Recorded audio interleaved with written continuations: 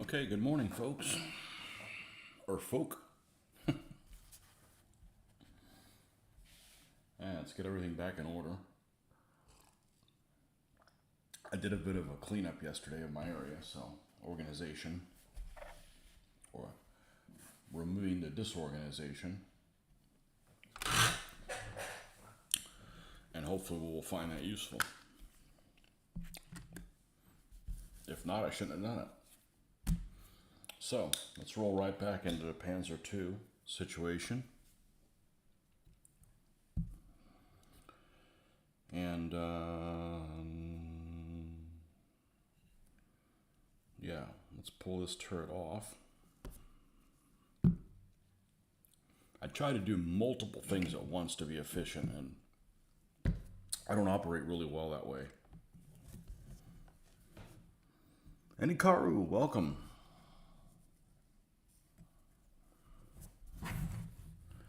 Welcome. Where you're at, the weather is definitely more appropriate than it is here. It is very hot. I had a hot Thanksgiving holiday. So we're going to do this turret here. But before we get into the turret, we need to get a picture or a line drawing. A long line drawing would probably be just fine of what this turret looks like. Of really what the hatch looks like, because this hatch came up missing. I had this model probably 20 years ago, maybe even longer than 20 years ago, and I've moved a couple of times. Well, I've moved once since the time that I got it, and they just threw things away together and lost the hatch. It's a single piece hatch, so I made it out of a plastic container lid, so thin plastic. If you look at the back side, you can actually see that it's something pink there. So I just made it, and I'm going to repaint it like it's got extra details on it.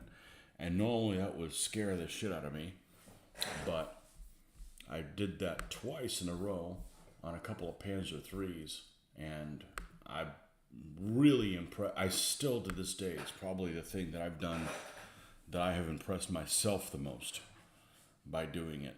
And we're going to just do a search for Panzer III B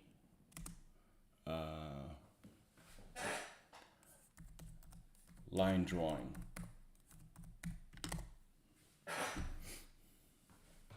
And hopefully this does not have the double hatch, and it does. Okay, so let's just do an image search. Because this is weird. I looked in the catalog, and one of these tanks is is supposedly an MMSB, and one of them is a C, and they're both rather strange. Let's see. Let's go to this one. No. That's a C with the two flaps.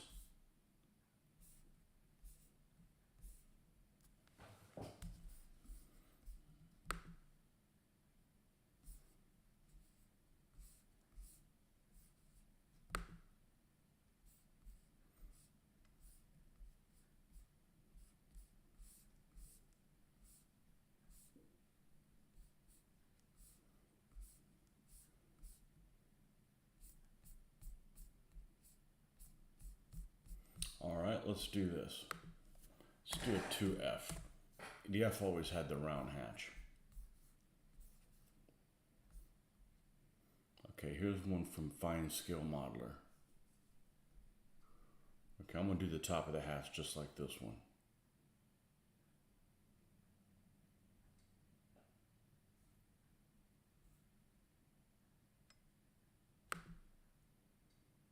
See if I can click on this and load this up on the same screen so I don't have to keep flipping around.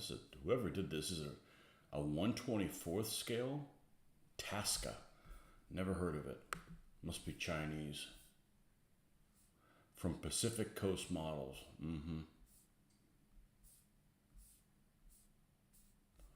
let's take this picture and we're going to save image as whatever.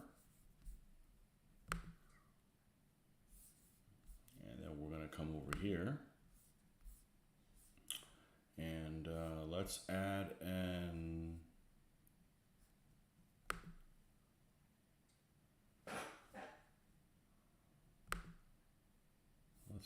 image. Oh, that thing's sexy.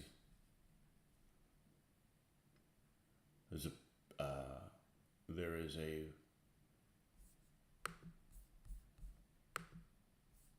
well, why isn't it showing up? Let's get it to show up. Well, the swastika part isn't sexy, but the camouflage that somebody did with the snow for this. Okay, so that's not what we're painting. We're not gonna. We do need to do some snow vehicles. That's going to be an interesting challenge that I'm going to have to figure out. Let's go ahead and put the Panzer II up.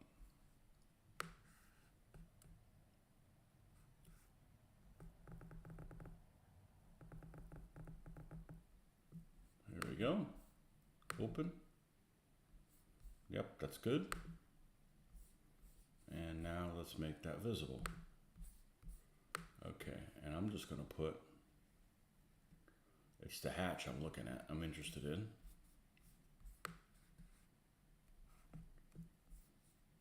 I'm not a fan of mouse pads. They're almost kind of like an emergency.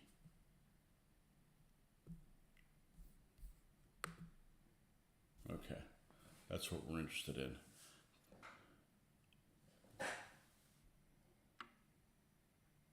And they didn't paint the barrel of the 20mm in gunmetal. I'm not a fan of the 20mm autocannon in a gunmetal color. I like it the color of the vehicle. It just looks better. Okay, but we are going to do the white ones at some point. None of these, but I got so many Panzer IIIs that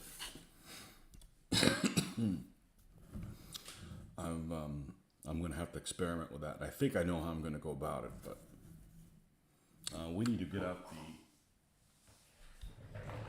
the item that was right here.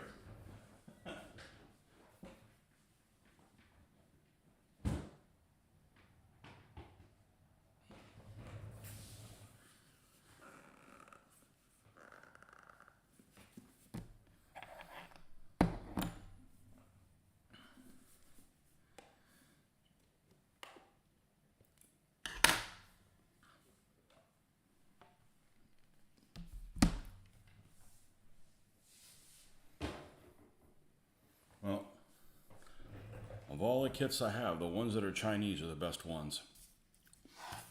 I mean, I'm not going to lie to you. Those S models are incredible. I was very surprised.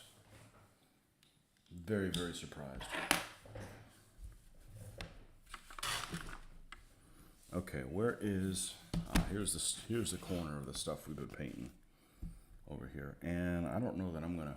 These guys are still going to be alive, but at some point we're going to have to refresh my figures. I've kind of avoided doing that. I've got probably 60 figures or so in this scale, and they're all painted where I'm really happy with them. Just the basing on them sucks. So I just have to redo the basing. Basically add goop to the base and move on and paint that. But I am enjoying painting the vehicles. All right, so this is the guy that we're going to do. We're going to finish up, because I actually finished a turret, but it was for a different vehicle. I know, they all look the same, so. All right, we need to get rid of these glasses. I need so many freaking glasses up here. All right. That's how my area becomes a mess. Just take this and move it over there, and then the next thing you know, it's all over you. Okay. And I organize my brushes too.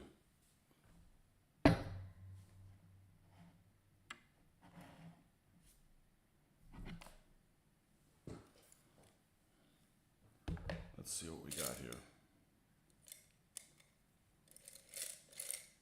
The ones ones I was using yesterday, I put in here. Here she is. Yep, that's the one.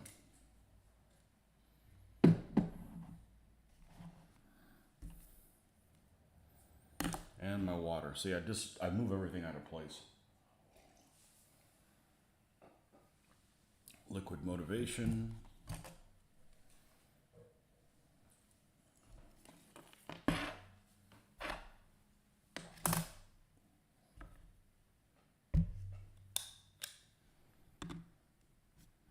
All right.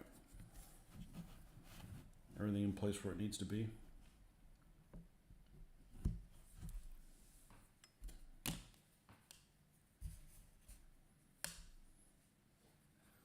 All right, let's see if our usual suspects here are still alive. They are. Wow. Yep. Excellent. Yeah, so I've got to do the whitewash at some point. I'm probably going to try it on a Soviet vehicle first. I got a lot of T-34s, a lot. And I don't mind experimenting with them.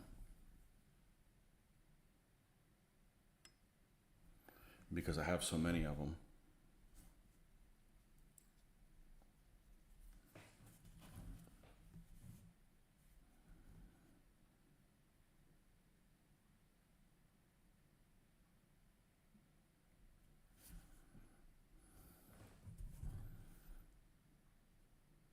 But I think how I'm going to go about it, I've read many articles about it.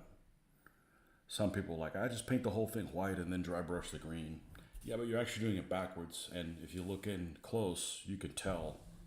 And since I'm painting without my contacts in, I'm looking in close. So I can't do it that way. So I think what I'm going to end up doing is I will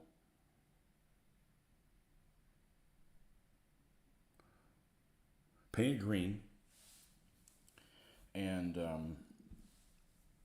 not try to do one that there's coverage of white all over it. In other words, one where it's kind of half washed off. And I'm going to carefully paint what's left of it. And I think I can do it in a way that I'll be happy with it. I've done only one white vehicle ever, one whitewash vehicle, and it was a GHQ Panzer III J. And it was gray. And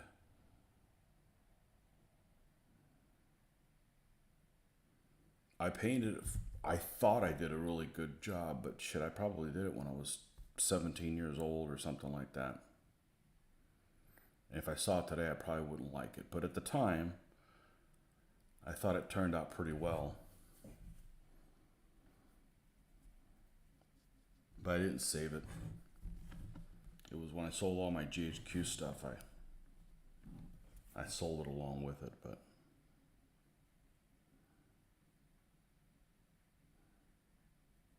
I did it that way. I had painted what was left of the whitewash. I don't want the whitewash in any panel lines, okay?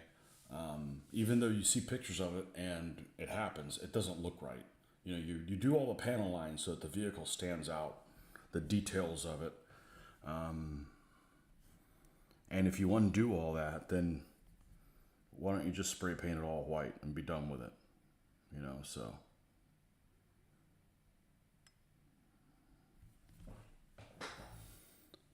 You have very weird relations with white.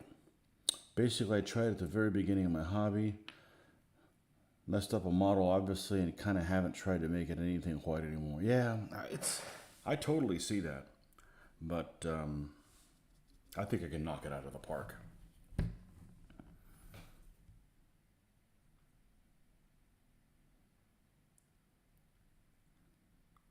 But sometimes you try, you'll say, well, let's see how somebody tackled this problem. And it gives you ideas of how maybe you could tackle it, but not everybody's solution works for everyone.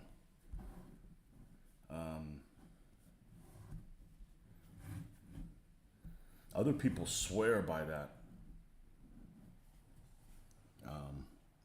modulation, zenithal, and I tried it one time. It doesn't work for me. It's kind of a pain in the ass that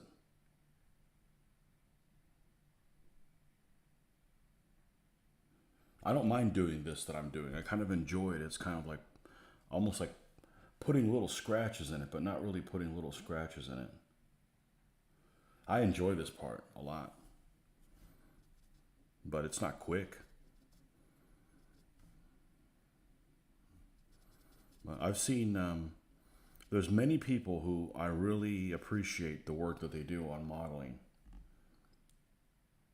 and almost all of them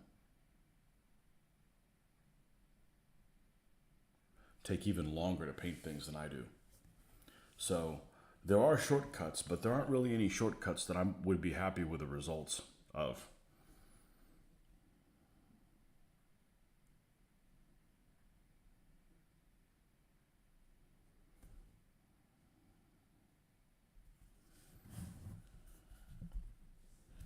But I stopped short of that whole rust streaks and all that stuff on there. I mean, it looks good, but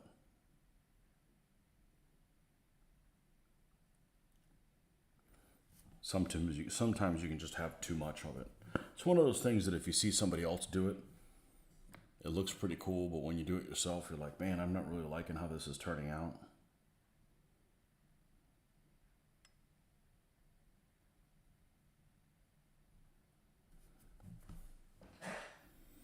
Some point, I rolled a painting contest with a large mecha model. Thought it would look cool in winter, and then after I based it, I realized I haven't touched white. Retrospective, I was quite a gamble, but I'm not that afraid of white anymore. I ended up doing white starting with sky gray and working up layers with pure white, and it works tolerable for me. Yeah.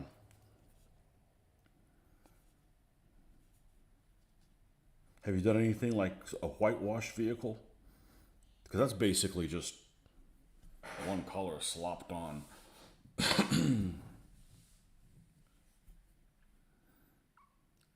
That track pattern that they used in 1941 for Soviet vehicles, that almost like they took like a piece of chicken wire and they put on it and then they sprayed over it, and it just looks like almost like a huge vehicle like put its tracks over it. Just like, I'm not doing one of those. It doesn't look right. It doesn't look right. Sometimes there's things that even though they happened in reality, they just don't seem correct. Hey Carl, you're in Finland, are you not? I think you're in Finland. And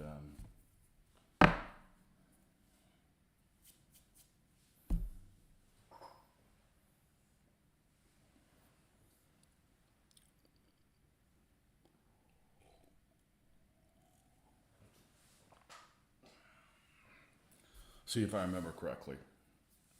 I hope I'm right, because I associated Finland with the background color of your icon there, which I guess is like a little Japanese anime thing. But at this distance, all I see is like a happy Arctic color.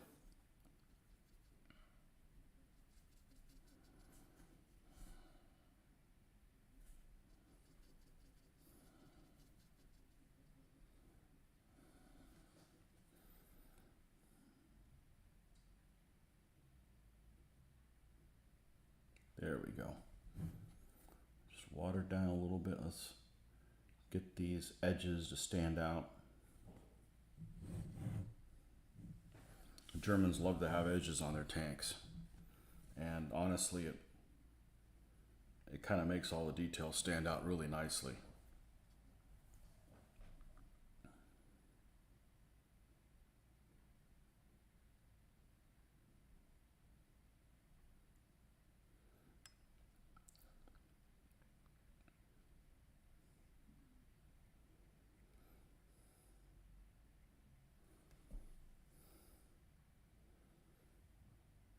Okay.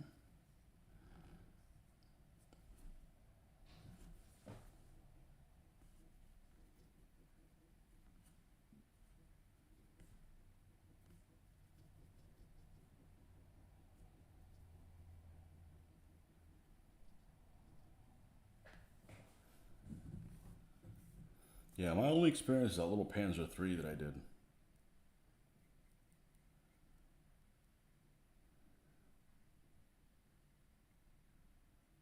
It was just gray with a whitewash, and I had painted a little crooked spider flag on the roof, and the contrast of it looked, all 1/25th scale.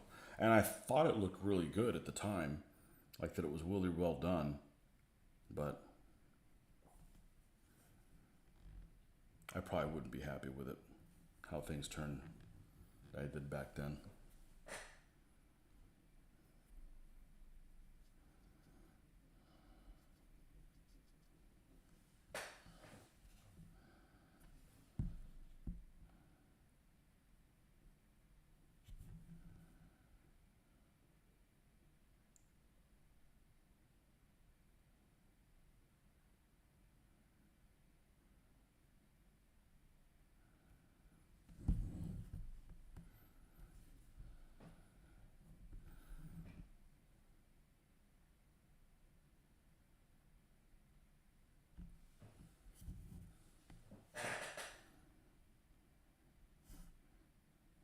It actually makes some, I was looking at some decals, actually a German company, I forget which one it is, maybe several of them, that actually make swastika decals for their flags, for the national recognition flag that they put on turrets while they had some kind of air superiority. And after that, you go to bushes.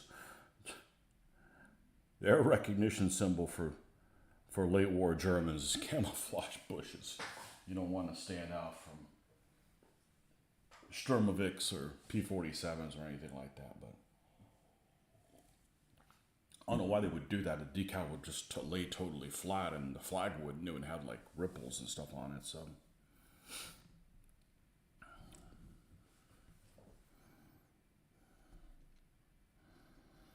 I may do one of those when I do like Czech 38s or something that operated in a time period where the Germans had air superiority. But and then see if anybody has a cow with it. Whatever.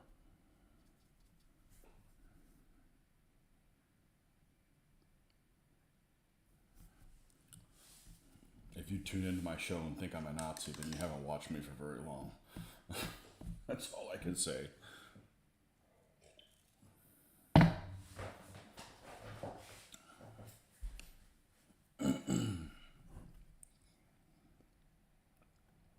I don't have a problem playing video games that substitute the flag, put like an iron cross in the center. I don't have a problem with that. It doesn't bother me.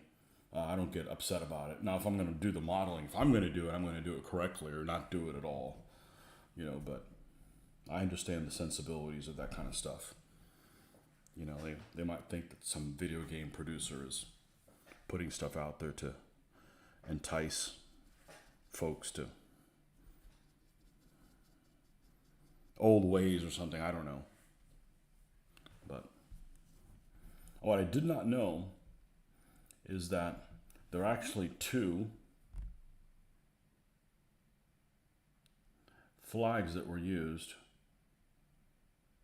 two Nazi flags that were used. And I'm not talking about the war one that has the iron cross in the corner. I'm just talking one with a swastika. There's I guess the official one is actually not in the center.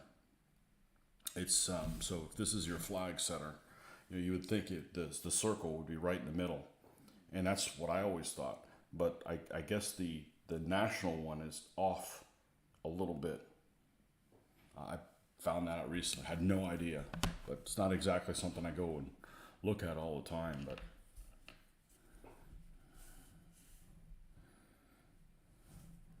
just to prove that the Nazis were off a little bit.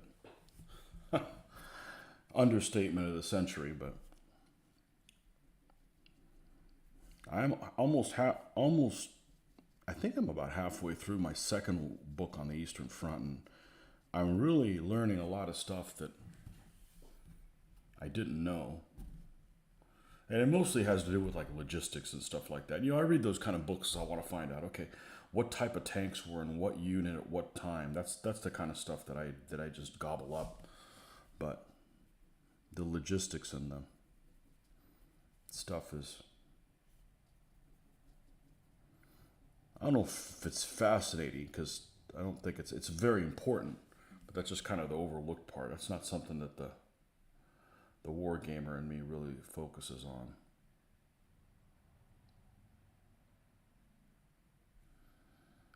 But we've been reading a lot of Eastern Front stuff lately.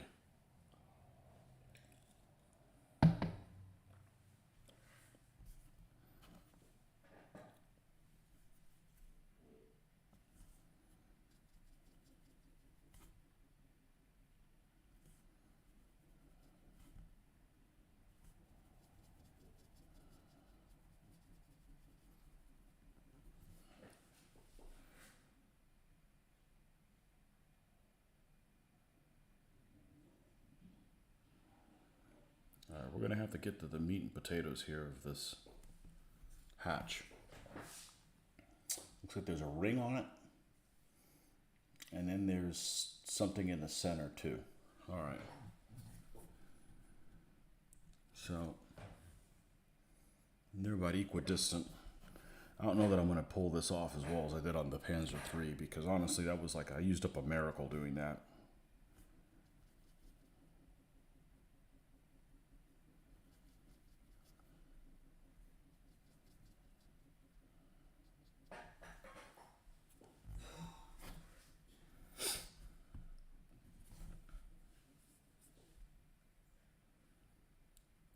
It goes all the way around.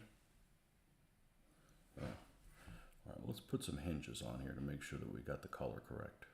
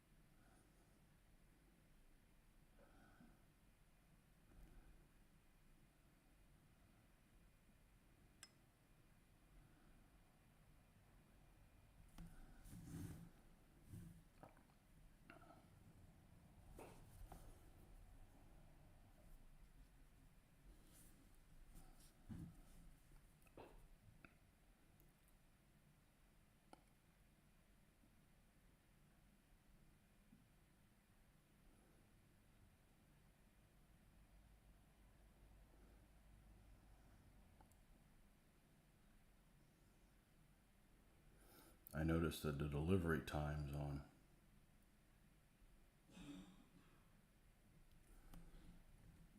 things have gone up significantly. I went online. Been going online the last couple days to see if there's any big sales, and luckily I don't really need anything. But 20% off just doesn't interest me. I'm not gonna buy shit that I don't need.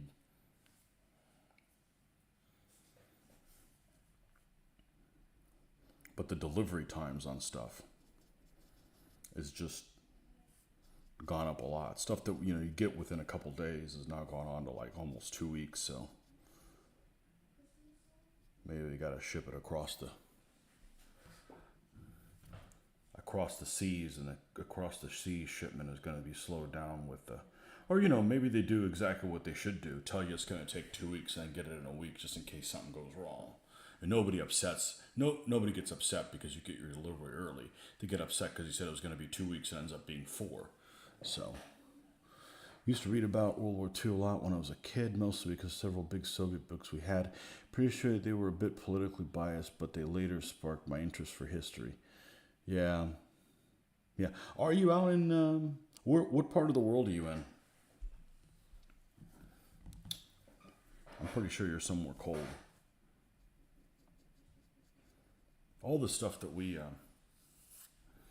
I read World War II as a kid, it was all Eastern Front. And a lot of it is just filled with bullshit by today's standards. A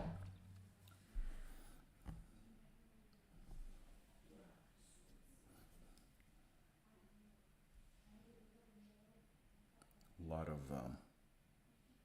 stuff written by ex-German generals that I started to read this account that's supposed to be really good by a German general called Erhard Raus, and has a lot of tactical situations that are described in the book. And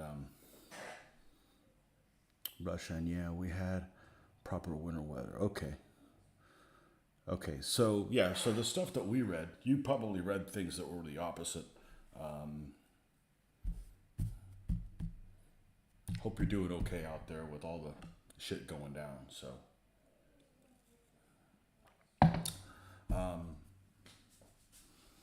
the um, the stuff we had was all written by German generals, and this one in particular was. It's like this guy would have won the war if he'd been everywhere it was, and it's just like, come on, man. You know, it's a little too over the top, and you know, a lot of them had the whole clean Wehrmacht myth, and it's just horse shit. You know, it's just. I mean, I don't have a problem reading things that are political now because you know you can kind of see both sides of the things, and you know the Soviet sources were political as well, but so were the German ones. You know, so the truth is somewhere in between both of them, hopefully, but you know I'm not going to be influenced by what one book says, but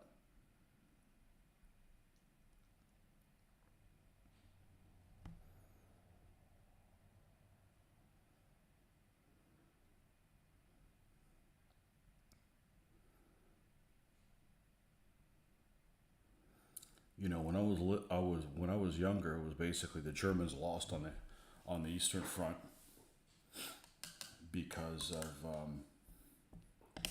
weather, and then it was fuel, and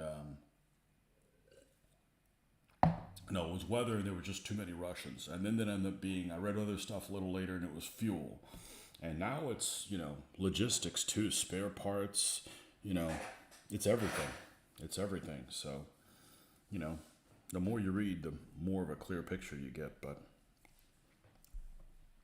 it's a good thing they lost. Let's put it that way, because the world would not be a better place if that would have happened.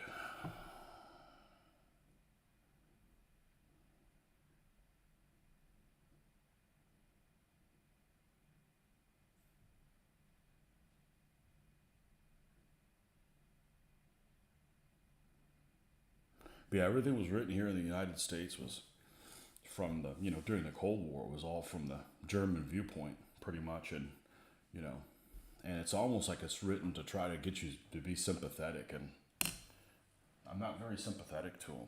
You know, when I was a kid, I always thought you know the Germans started the Second World War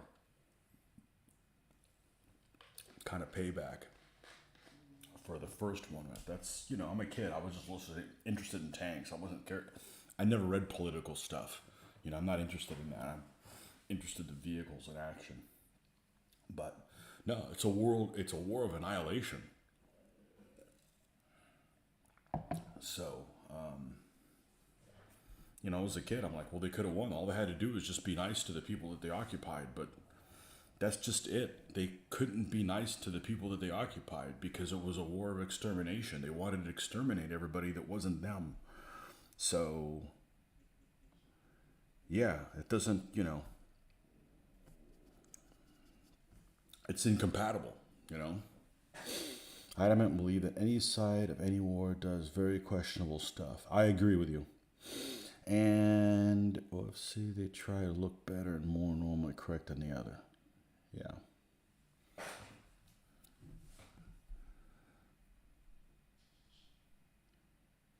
Yep.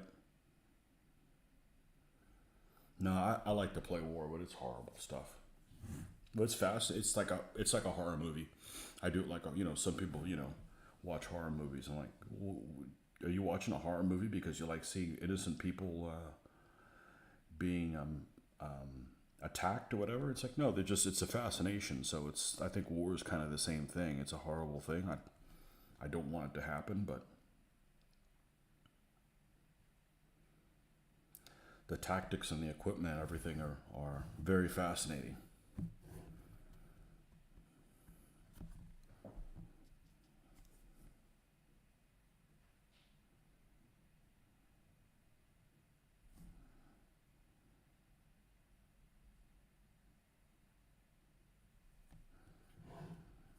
But yeah, that's what we used to think as a kid. Oh, all they would have had to do is just be friendly to the Ukrainians that would come over to their side, or whoever, guys that had been trodden by the communists. That wasn't their plan for going over there. Their plan for going over there was to exterminate everybody in Russia. So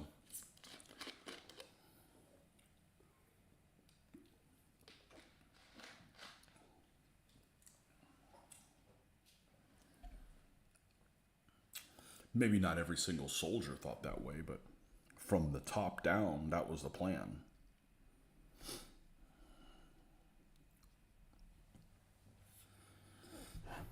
There's a there's a guy at Historicon that always sells videos, and there's a Russian video that always caught my eye, and I forget what it's called, and I think I found it on Amazon. It's a multi-part thing, and I'm sure you'll know what it is because it is a Russian thing from the. I want to say it's from the early '70s. It actually might be from the late '60s, and it follows these these Russians around. And I only did this. So this guy he'd have all these TVs because he was pushing all these videos of everything from the American cinema to foreign cinemas. And this one in particular had this one scene where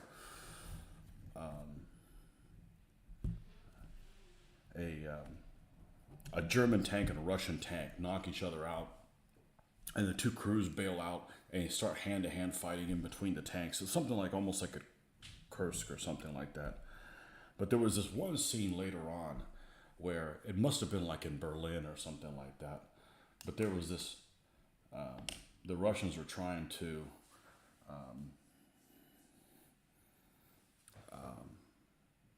take out this machine gun nest that was in a subway car,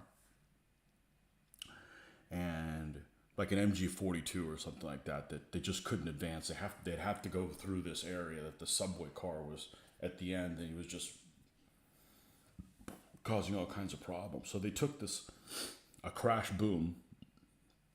I think it was a crash boom. I only saw it one time, so if I got the details wrong, forgive me. But 76 millimeter anti-tank gun, and brought it down the steps. The steps that lead into the subway, and just blew that subway car to hell. But I thought that was really unique, as taking a piece of a field piece of that size down steps into a subway just to get rid of something. But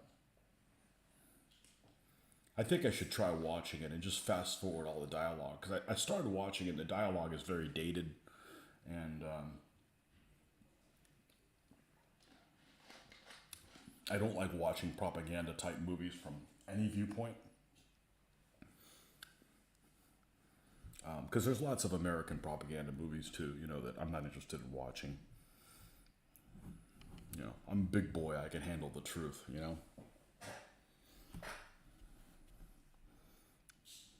Or a more rounded rendition.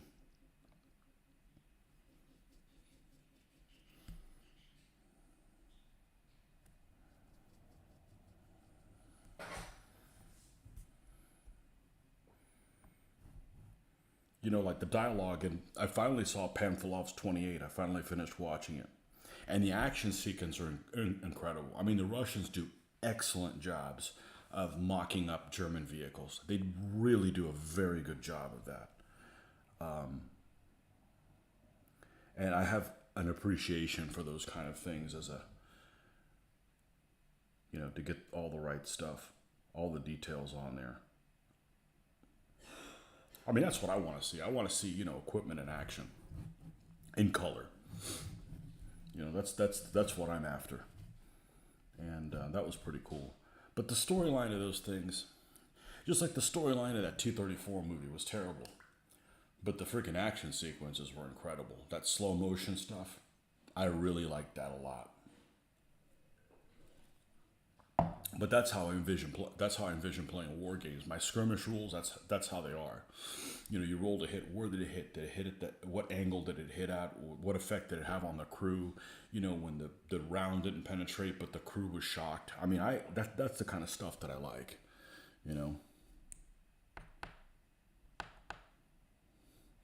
I can't honestly identify. We have a lot of war movies, and I generally not a big fan. Yeah.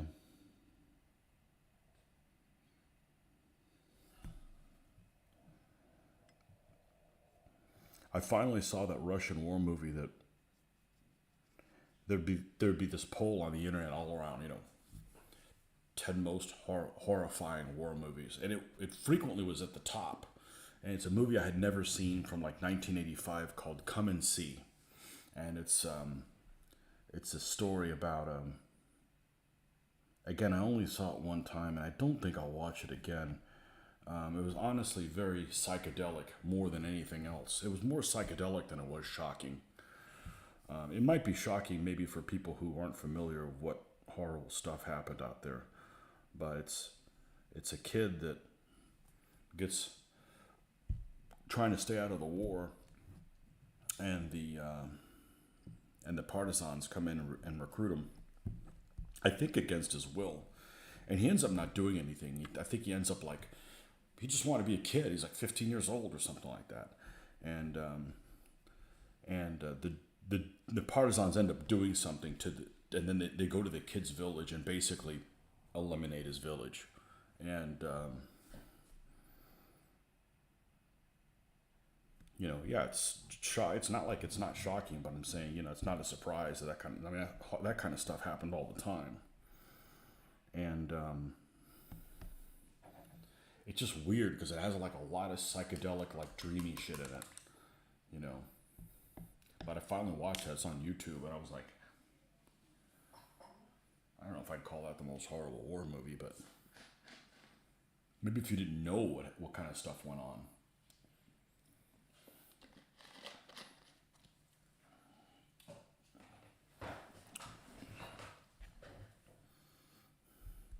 But we'll get to some Russian vehicles. I've done a few. I've got a ton to do.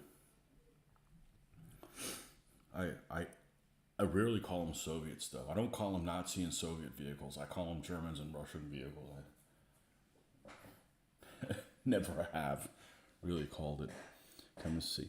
No way I would watch it. It's already absolutely gut-wrenching by the description on it. It's very dated. It's very dated.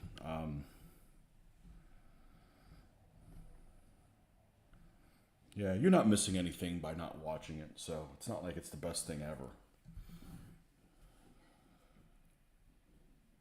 But the kid's just caught in the middle of everything is... I'm sure what... That description of what happened, it was probably not that uncommon a situation. It's not like it's a movie that... And this happens frequently. They'll make a movie about something... some really strange, unique situation that may have only happened once in a conflict. No, this is probably about something that happened all the time. So,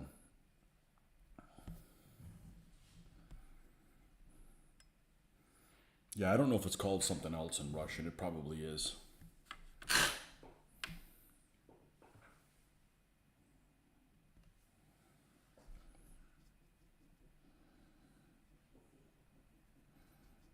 Where did I come across something recently from Russia?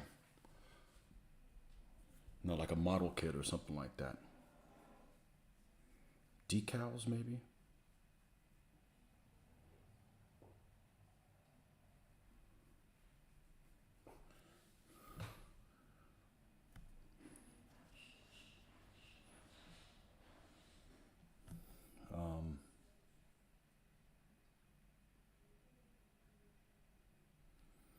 Yeah, there's a decal manufacturer called, well, in Spanish it would be called colibri, which basically means hummingbird. You know, the little bird, hummingbird. I don't know what it means in Russian. I think it's Russian or whatever. Man, they got a lot of decals for Russian vehicles. Like they have like a whole set of like BT7s. Like you can make like 15 vehicles or something like that. And the same thing with T26s. So when we get to those, I may have to jump and get some of them if they're available, because some stuff just isn't. You know, they're not shipping between us for the time being.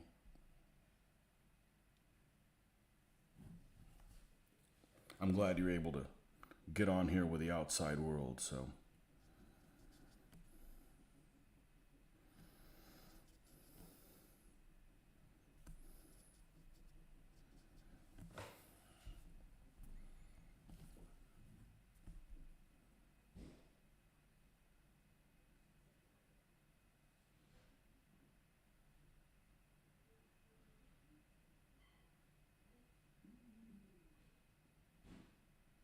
I do have some vehicles from Russia that I got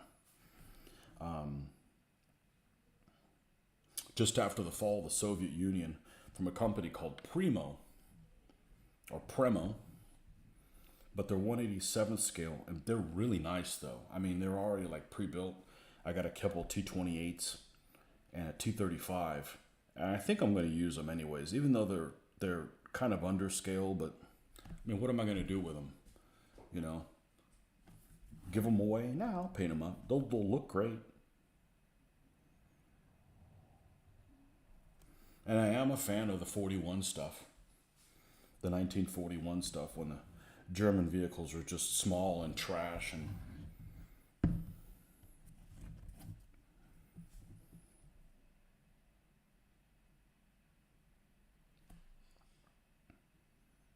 Premo. Saw some of the prices on eBay. Some of them are going for a lot of money, but that just means somebody's selling them for a lot of money. It doesn't necessarily mean somebody's buying it. So, Golibri is hummingbird in Russian. Oh, excellent. Oh, well, that's cool. That's a word that's common throughout all of them. Yeah, well, they got to be better than those German decals by Pettinghaus, which are really the worst decals I've ever seen. Which is, I thought the Germans were all about precision. I guess it's just all BS. That Ukrainian kit that I have is a UM. The decals on it were superb. Superb. And I do have a... Oh, let me show you this, because I'm sure you probably read Russian. If you could tell me who the manufacturer of this kit is, that it's a JSU model that I got many years ago. Crap, I gotta remember where I put the... I think it's over here. I can't make out who the manufacturer is because nothing on it is particularly prominent. Let's see.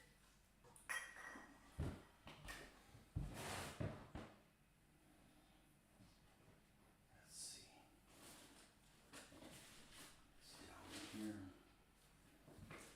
As I keep all my pieces parts.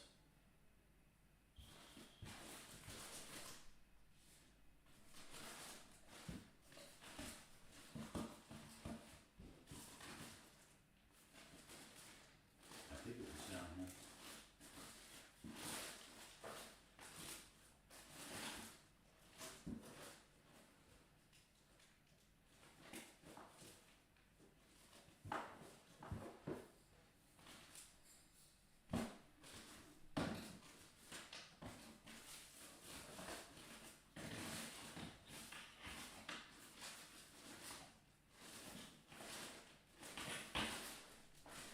Man, you'll have parts left over.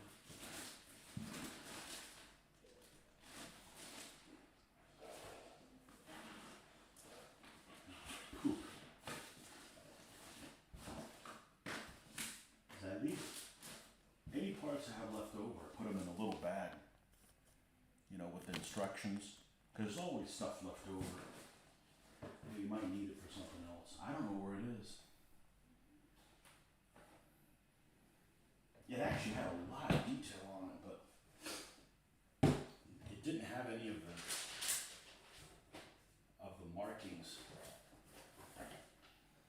the details. I had to like consult like actual pictures of it. I don't think I put it in the box with it. I'll take a look there. See if it's in with the box. Because it's complete.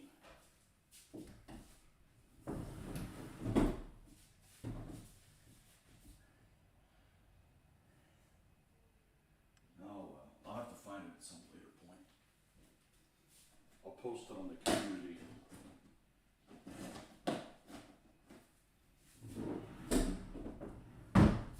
I know I didn't throw it away.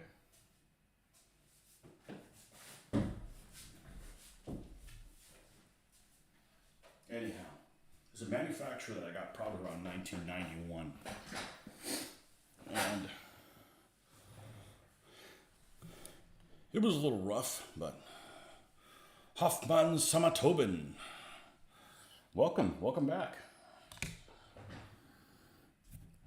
I'll have to find what that kit. I just want to know who made it. It was actually a pretty decent kit, other than it needed some flash cleanup, but it was nice. A lot of the plastic from some countries is just very brittle. It's also relatively old. I mean, it's probably 30 years old. We'll paint her up. We'll try to do that vehicle proud. Those vehicles are actually really good for skirmishes because they're really slow firing guns, so you're not going to get the fire every turn. So they could keep that under wraps. I've been playing off and on. I've been playing the what's that video game that I can never remember? I want to keep calling it Hell Froze Over, but Gates of Hell, that's what it is. Call to Arms, Gates of Hell, Ostfront. To try to get better at it. And I finished one dynamic skirmish with the Russians. It was a lot easier playing the Russians.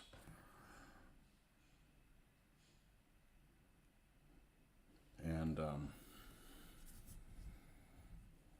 got pretty good at them, but compared to how I was doing, but I started one with the Germans, and just the German vehicles are just trash.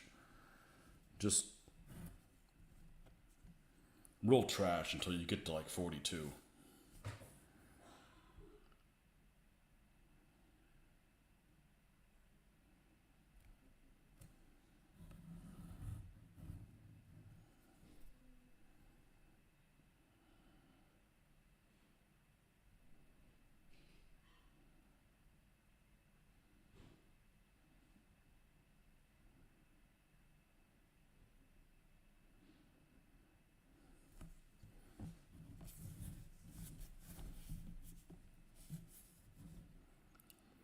So we decided to do this instead of out at stores, making them buy stuff that we don't need. It's been many years since sales have been worth a damn. Now it's like they just have things on sale, and fortunately I don't need anything, so I'm not really tempted by that stuff. Where's the black that we had left over from yesterday? Is it here? Yeah, we can make that work. I don't think I ever painted this gun barrel black.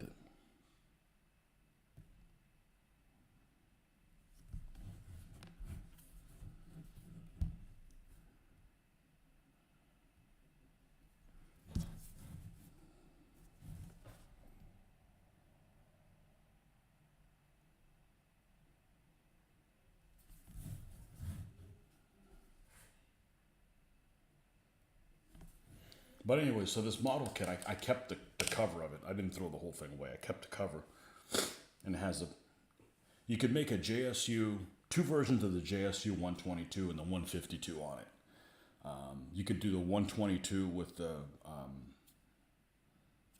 muzzle brake on it, one without, which is the one I went with, or a 152 with the special muzzle brake that's slotted.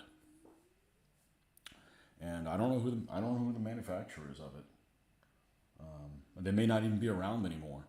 It's funny. You're looking at the at the cover, and there's no logo or something like that that stands out as being, oh, it's so and so. You know. Been playing outside of the video games. No gaming loop lately. We played some Command and Colors Napoleonics. We've been playing some of that. I didn't play this week. We're supposedly playing tonight. And I may film it. It's supposedly going to play a World War II set that I'm not super fond of. I'm not sure. Maybe I'll just take pictures. I haven't been playing a whole lot. Work's been real busy and kind of in the way of Monday night, which is game night, is the day that I need to leave early, and we had a problem, and it was just everything went sideways, so I just skipped Monday altogether. But they're playing all kinds of stuff. The problem is, even if I don't even show up, Mitch plays all day long on Monday. I don't know what he plays, because he's got a guy that's retired. He shows up at 9 o'clock in the morning, and even if I do come over, he's gone by the time I show up. So we're the second act, so to speak. But Monday's a work day for normal people.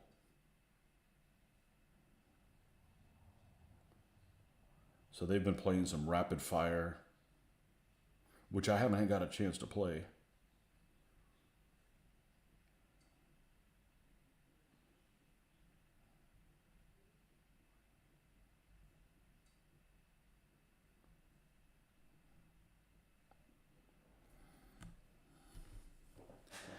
You kind of fell out of wargaming for now, but trying to get back in impetus. Currently painting later Achaemenids and Thebes. I have those rules, and I printed them out in full color, and they're beautiful rules. I don't have a whole lot of motivation to learn new rule sets. I would rather be creative. A lot of people have a lot of bad things to say about impetus. I've looked at the rules, and I don't see that. So I'm not opposed to them. I'll guarantee that they have stuff that I like in them. I like the fact that different units have different strengths. Like not everybody's knights are the same. I like stuff like that.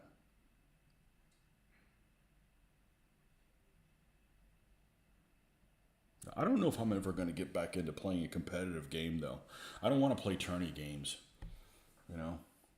There's a lot of peace of mind of just not having to keep track of your win-loss records or trying to play to win. Just play to have a good time. I want to see something cool happen and tell to my opponent, why don't you do this? This could really screw me badly. It's more about the building a narrative than it is about being competitive. I've been competitive and successful being competitive long enough that, I want an interesting narrative in a game.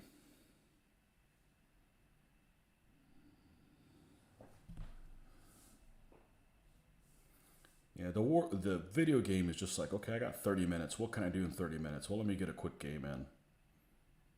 Not that, I've always played video games, and they haven't kept me from...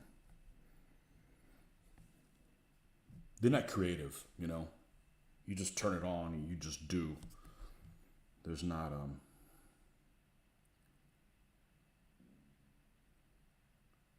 They don't scratch this itch.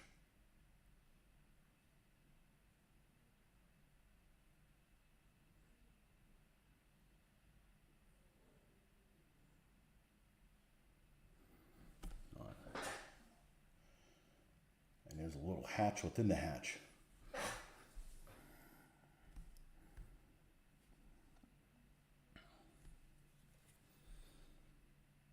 Building, absolutely. It is. And just having really interesting things happen. Just really interesting, unique things happen. Like throw a grenade. Oh man, it landed somewhere really interesting. Even if it doesn't benefit the side that you happen to be running, so...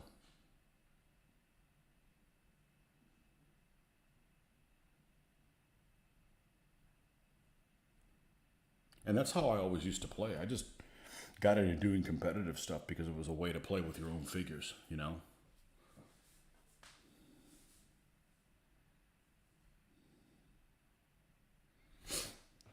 I've seen your video game videos, but been on graveyards, so I never get to catch the live streams. Yeah, it's difficult.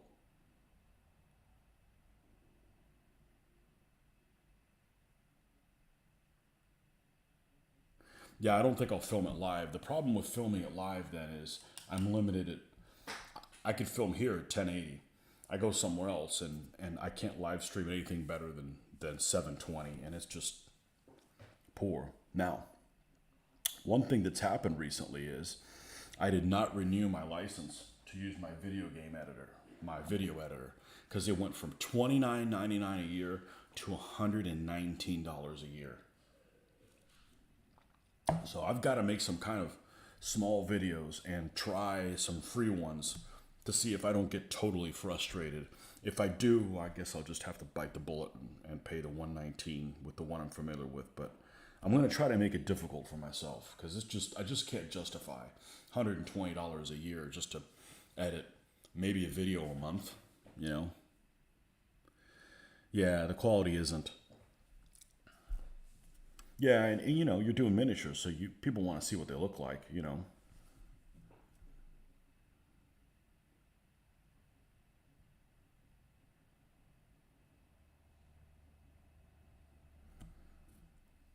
All right, let's see what else is.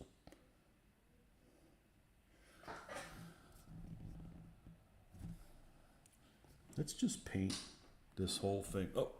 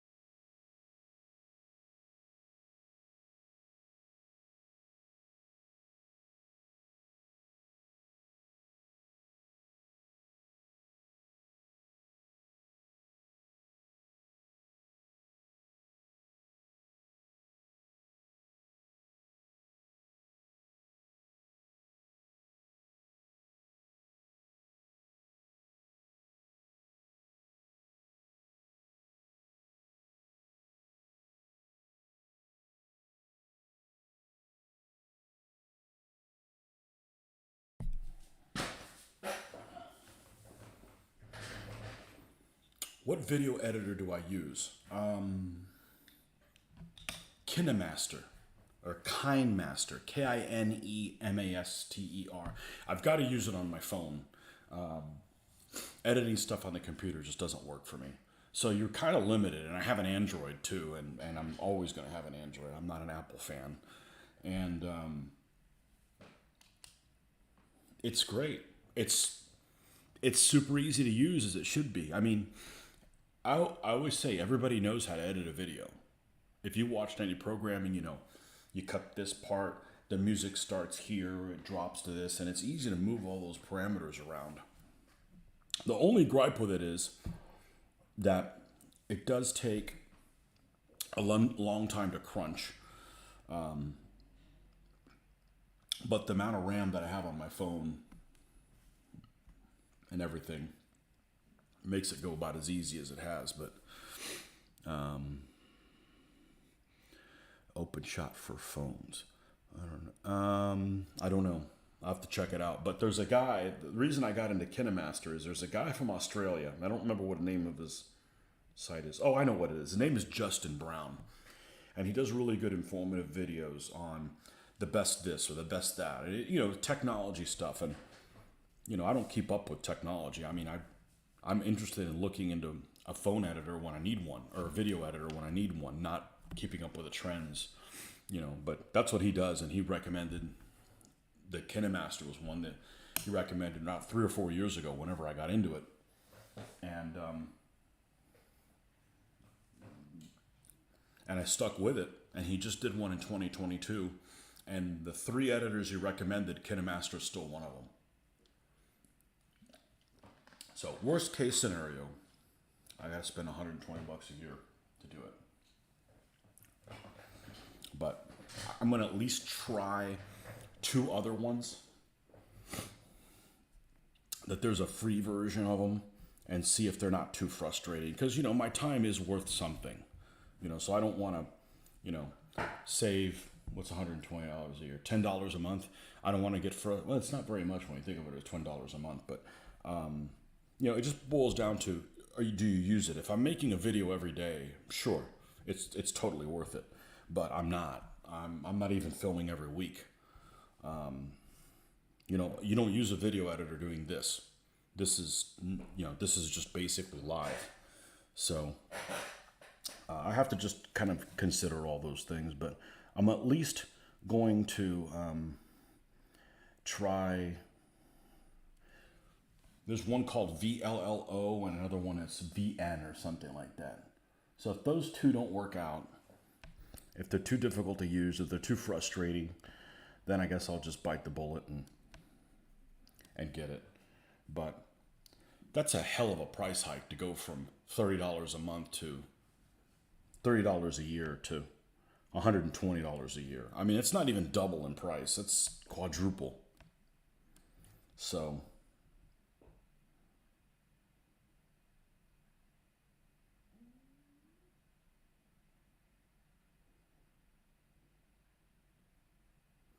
I need to at least make an attempt.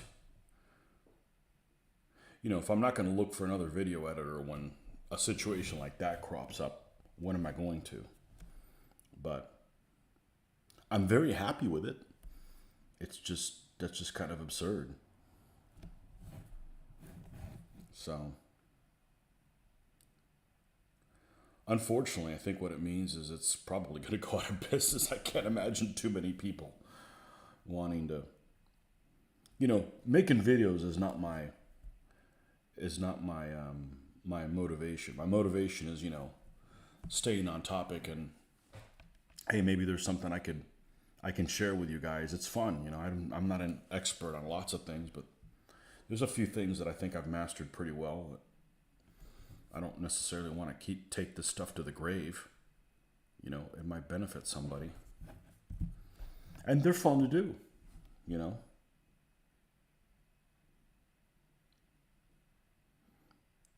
But, you know, I'm not doing videos every week.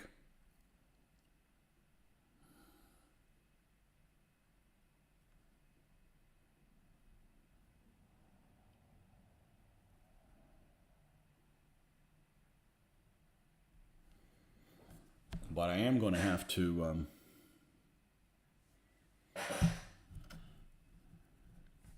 yeah, check out other things, see how that plays out.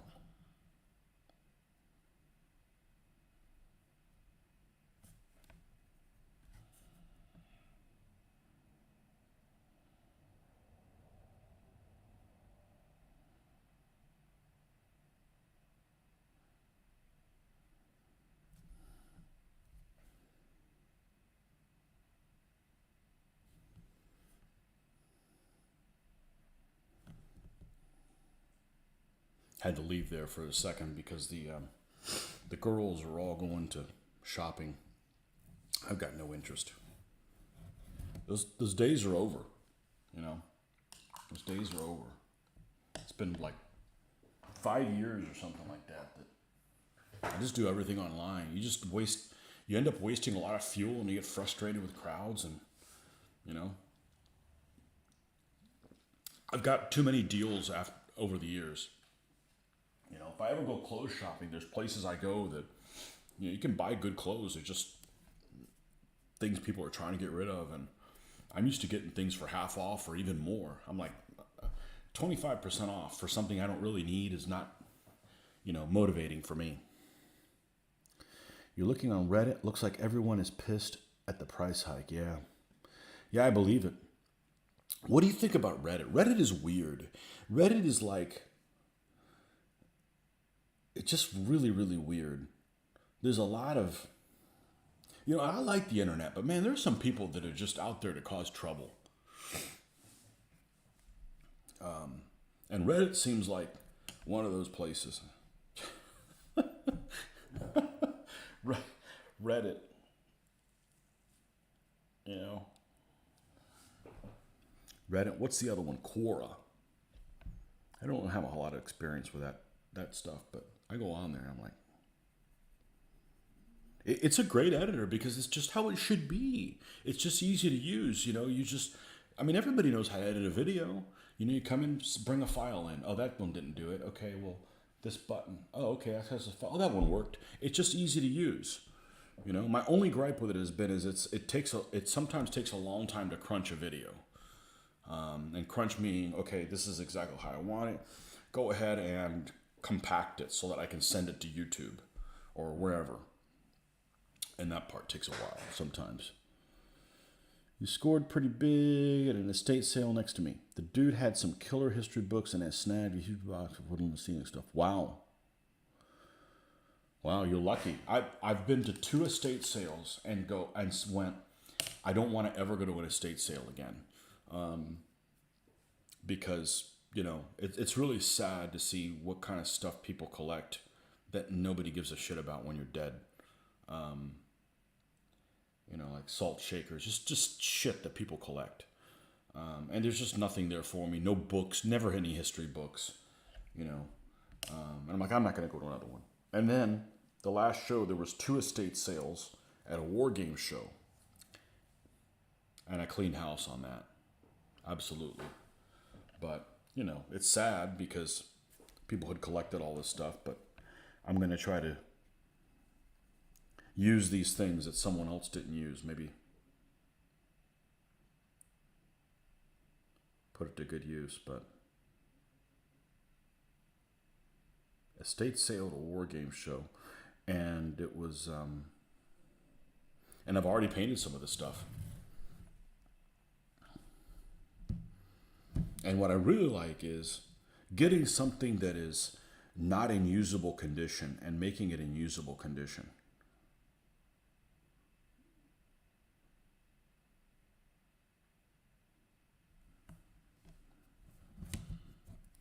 I really enjoy doing that. Now, there's some tanks I got for $1 a piece. I'm like, what's the worst thing that can happen? Have some fun with it, experiment with some stuff. And, they turned out great. That Panzer IV I did was basically an unloved kit. Where is she? It's Long Barrel 4. And I'm like, I want to do a brown camouflage with it. This was something that was in really rough shape. And, it's a crummy model. I mean, the actual model itself isn't great. But,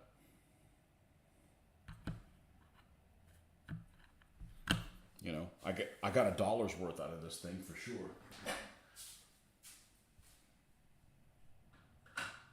And I don't need this many vehicles because honestly, the skirmish games have maybe 3 vehicles on a side of things, but just having fun building these things. He was a train model guy, and they threw a lot of his dioramas out. Oh, that's sad. Well, I hope nobody throws my stuff away. I hope it goes to somebody that,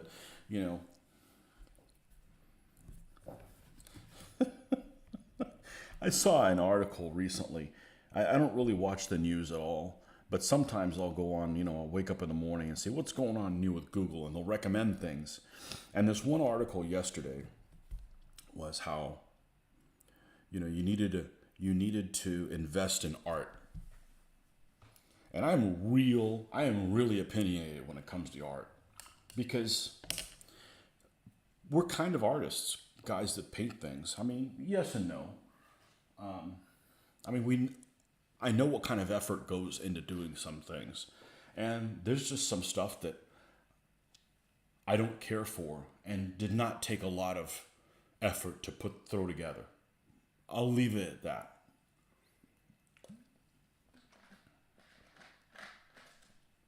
And and I went to an art show recently, a local art show that they do. You know, people make jewelry and different things. Some to sell, some for competitive purposes. And there's most of the stuff I wouldn't want in my house if somebody gave it to me. You know, and not necessarily because of the style that it's done in. It's just like, this is just, you know, somebody put no effort into this. So, you know, this article said you need to invest in art, and then it gave me a couple of artists to check out, and there were ones I hadn't heard of. So I went on there and I'm like, oh no, I wouldn't spend a dime on that. So I'd like to think that hopefully somebody appreciates the stuff that I've done and doesn't throw it in the garbage can.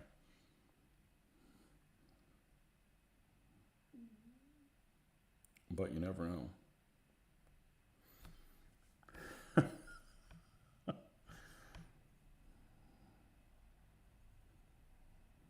Because there's some art that I don't care for. I don't care for maybe the subject matter or whatever. But I still realize, like, man, because I was like looking into it. Like I'm fascinated by artwork that has texture to it, that has like the gels added to it, that adds a 3-dimensional to it. Because I'm not painting in 3 dimensions. I'm pretending like it has 3 dimensions and painting it accordingly, but it doesn't physically have 3 dimensions. So I'm always fascinated by things that have texture and stuff. Like there's one particular artist, local artist, that had he had these big paintings of like crows, and they were almost like portraits of crows, but they had a lot of like action and stuff too. I mean, what am I going to do with crows in my house? But they were well done. But so I was trying to get in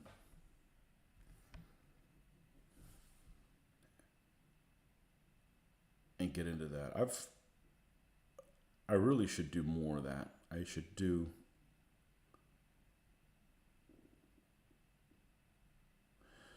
more background paintings for these tanks, and I will. I get painter's block sometimes, and I don't know why, because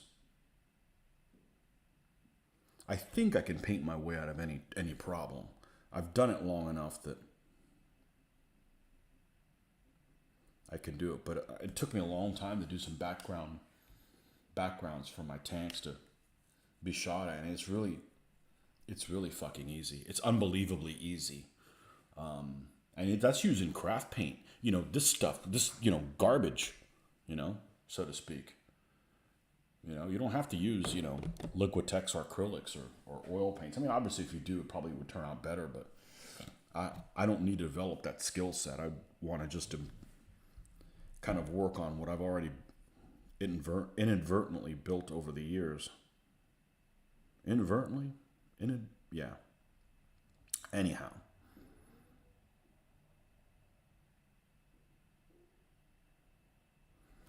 I know I'm going to do more of it. I want to do a Normandy one. So we can put some American tanks and a Normandy one with maybe some hedgerows. And it can be fuzzy. It doesn't have to be super detailed. Read once, most modern artists aren't selected because they're good artists, but so that rich people can invest their money in something that doesn't depreciate in value. Yeah, well, that would make sense.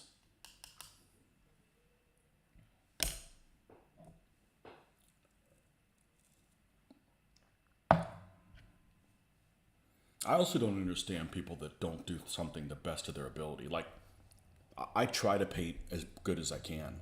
I mean, why wouldn't I? Why give a half-ass effort? So you'll see something like, oh, Picasso was a good painter. He just decided not to do it that way. I'm like, well, that's a waste. I wouldn't want to do something the best that I can do. So I wouldn't want a Picasso. I would put that in my house. You can't compare, Picasso to a Rembrandt or a Velasquez or or many of the other super detailed things that were done hundreds of years ago that are better, that are as good as a photograph. I mean, maybe it doesn't look exactly like the person did, but it looks like a person could have looked like. And it just, with the lighting, it's just amazing. Just amazing, amazing, amazing stuff, you know? And there's people that do that kind of work now, and they're not well known. Maybe they're kissing the wrong ass. I don't know. Maybe they got to die before they're famous. I paint kind of get something on the table. I think design rules and miniatures more than painting them. Yeah, I want to work on some rules, but I am really not motivated to work on rules by myself. I really enjoy the back and forth, verbalizing my thoughts. I call it self-coaching. So I do want to work on some rules, but I just haven't been motivated or been unable to. I told Mitch I'm going to have to move the night I come over to Tuesday. I need to have some sessions with just him and I. It's not that I don't want with the other people, but we need to try some stuff out and then present it to other folks. And I need to move my night to a night when we don't have 6 people coming over, and I can't do that. So, I mean, if I want any progress to be made. So, I just, I don't enjoy doing this hobby by myself. I think there's just a lot of, it's a very social hobby. And I got used to a friend of mine coming over. I mean, it's been many years ago. It's been 20 years ago, maybe. He'd come over on Wednesdays and we'd get together and just go back and forth on stuff. I was talking to a couple of the artists. The guy had a booth set. My sister was selling stuff at the art show. And I talked to this artist for a while. And I said, it would be cool to... because I'm a pretty social person. The problem is that I'm kind of interested in things that aren't normal.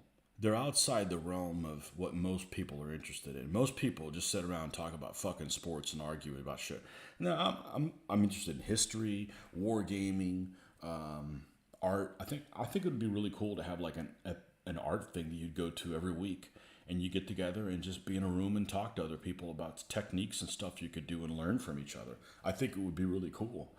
The same thing with cars. I'd love for it to be like a local place you come in and put your car on a lift and, and tinker with different stuff. I think it would be, really interesting. Are y'all still doing Ancients? I am no longer playing DBA. I have the point has gotten to I need to develop my own thing, and it won't be for sale. It'll be free. It'll still be DBA Army lists, so I'm still involved in DBA from the DBA Army list standpoint. But I'd been kicking around for 5 years, and it was just time to take the Band-Aid off. Look. There's no Ancients wargaming community thing in the United States. There's no reason to go to Historicon and that was really what really pushed me over the edge. You go to Historicon and, you do all this work and nobody shows up to play this game. All right, well, fine, fuck it. I'll make my own game. I've been kicking around for a long time anyways.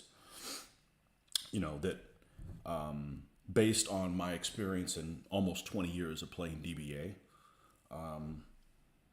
I know what I like. I know what works and what doesn't work for us, and where it could be improved.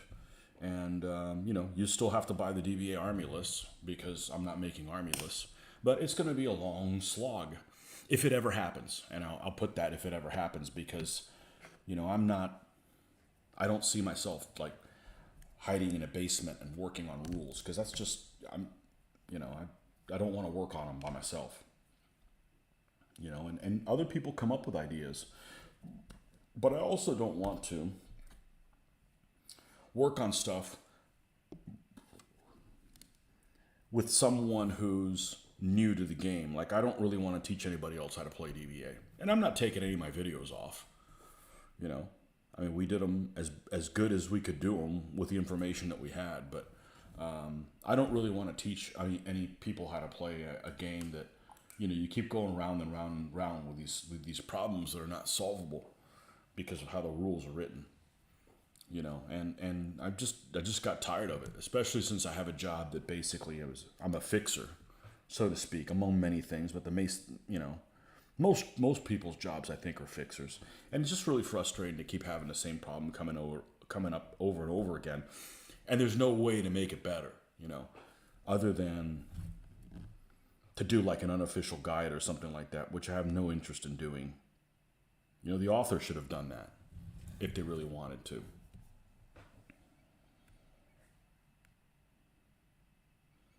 Yeah, it is a long project. I mean, it could take 10 years, but it will be done right. Or I'm going to do stuff right, or I'm not going to do it at all.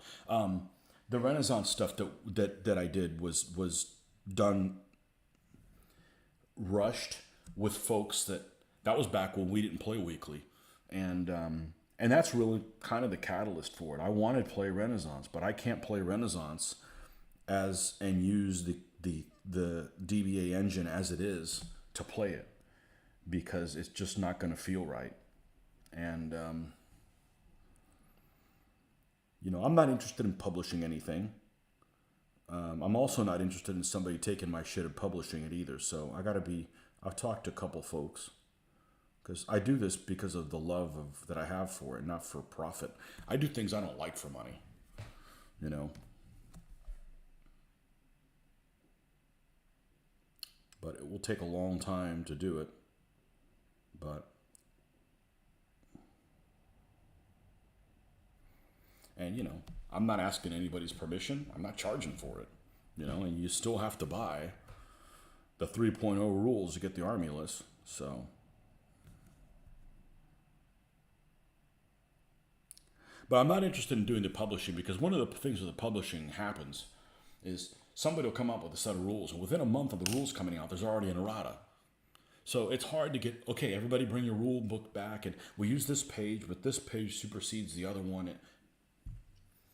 You know, if you look at a transportation manual or something like that, which I'm in transportation for my work, and, you know, this changes and you subscribe to the rules are freaking, you know, it's 5 inches thick, and take this page out and put this one.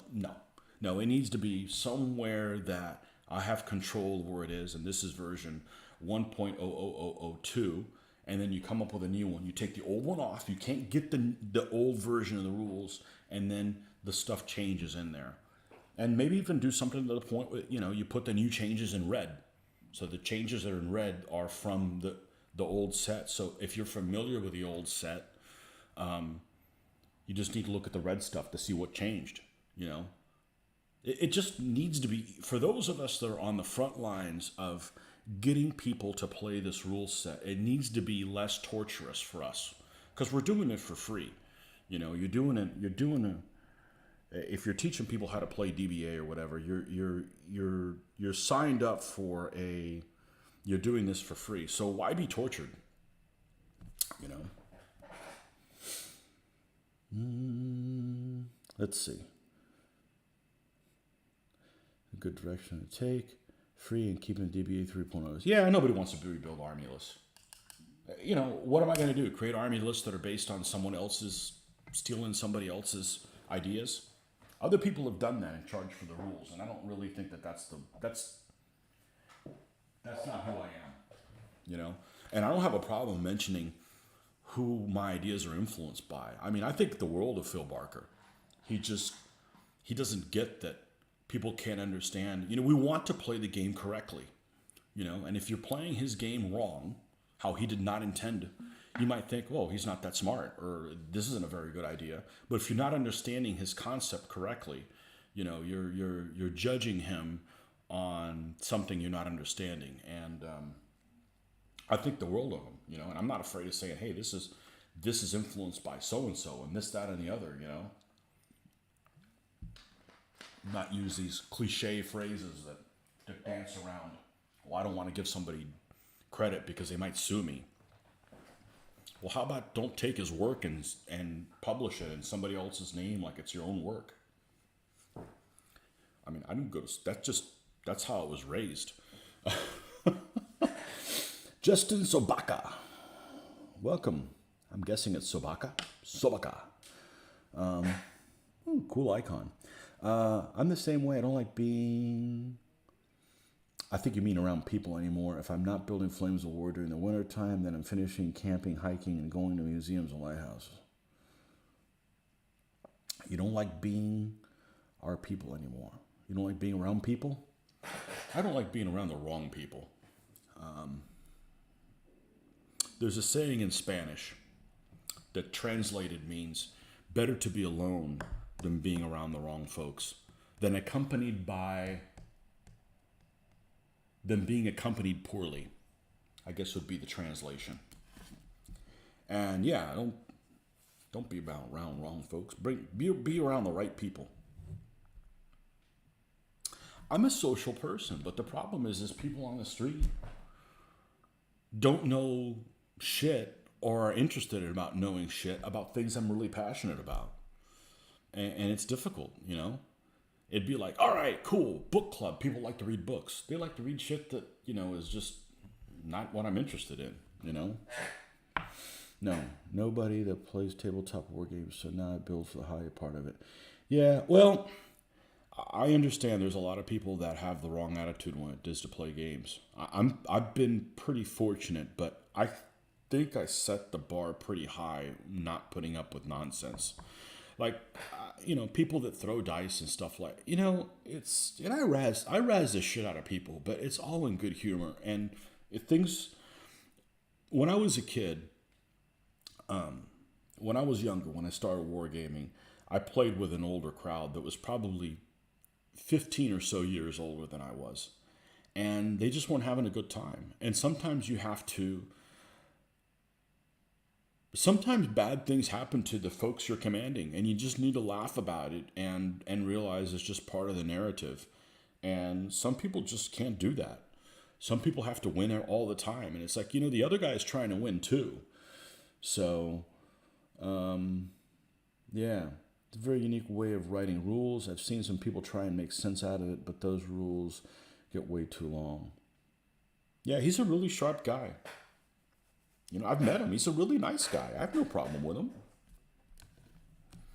You know? And he's given us a lot of enjoyment. But, you know, there's some concepts that I'm just never going to do again. You know, I don't want to play a game where you have to align perfectly.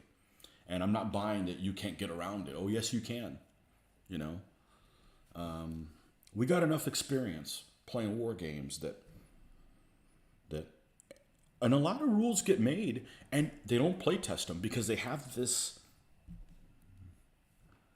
how can I say this obsession with getting the product out there. We got to get we got 1 month to get this product out. I'm not putting it out until I feel like it's ready. And if it's never ready, you know, it's never ready. But this whole getting everybody excited for something that ends up falling short, I mean, how many times has that happened? You know, SPQR and the Warlord game stuff, and they put and I'm just telling you, it's stuff that I've heard. You know, they put stuff out and then, bam, within a day, there's already an errata for it. But there's stuff published, so they have to keep publishing things that are wrong, and people have to go to the errata, and then, where's the latest errata? And then you answer one person, somebody else asks you, where else is this? And you keep like, you know, it's like whack-a-mole. So here's the rules. Here's where you can get them. When they change, you take the rules off. It's just a PDF or whatever. And here's the new version with all the new stuff in it, you know? Don't like being around people. Well, that's okay.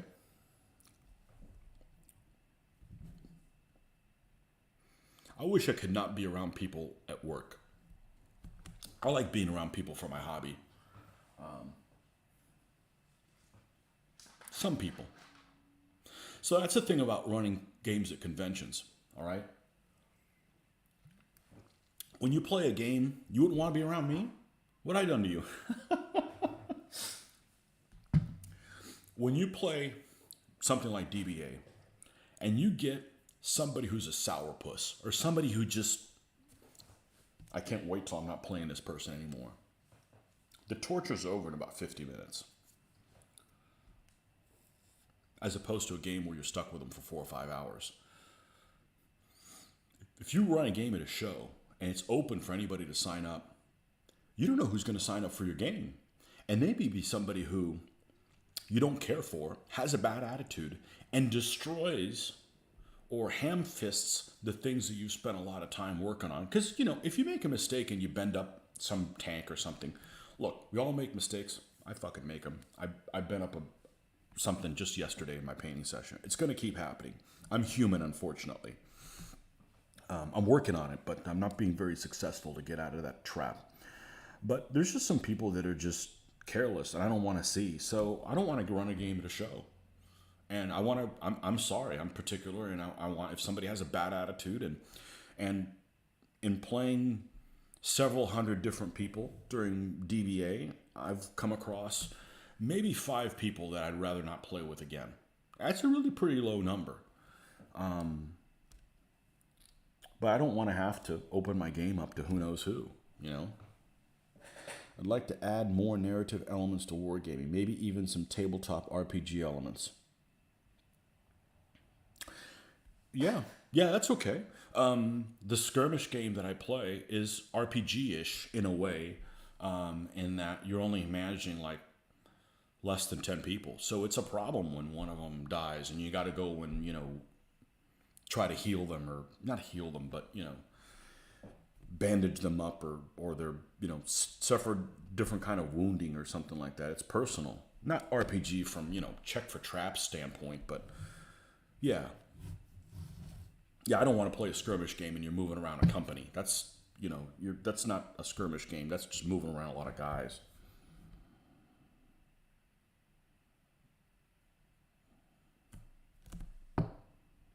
But I don't want to play a game again where this doesn't make any sense. Well, let's go to a FAQ group. Oh, the FAQ group doesn't meet for 2 weeks. Well, we got to play other games. Well, are we playing them wrong?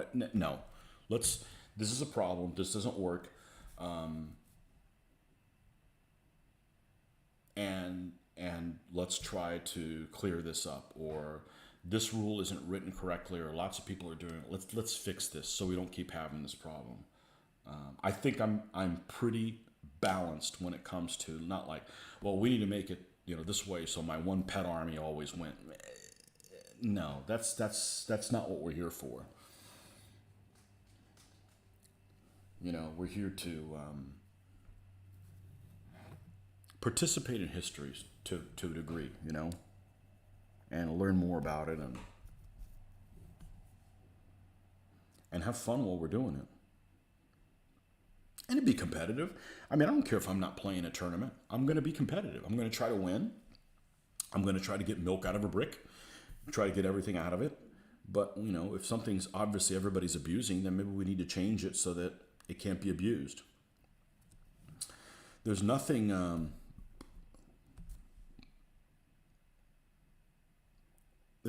wrong with trying to get the most out of what you have. But if it's obviously being gamey, then maybe look at it and not and adjust that so that it can't be done. But anyhow, so I don't plan on running any more DBA stuff, but I'm not getting rid of my armies, and at some point I'll probably build more, but I don't need more to take on the next steps that are coming up.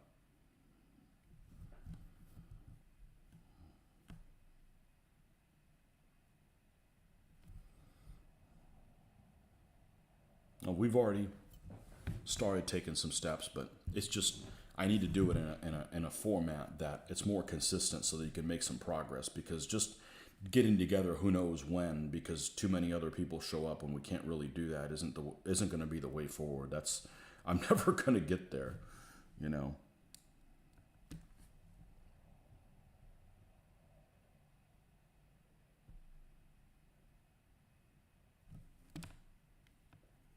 I think this is about as good as it needs to be.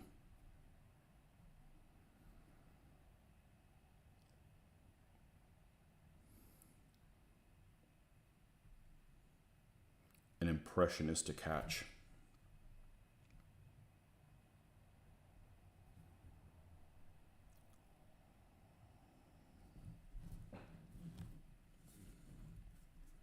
How does that look over there? Yeah, it's too far away.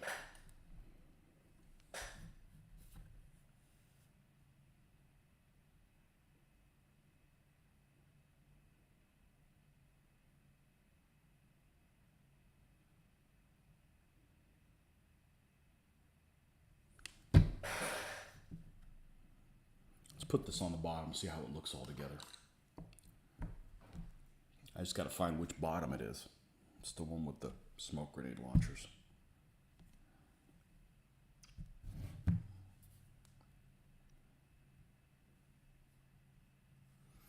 And, as I like to say, let me step away from it so I can see it. Oh, it's not even on your screen.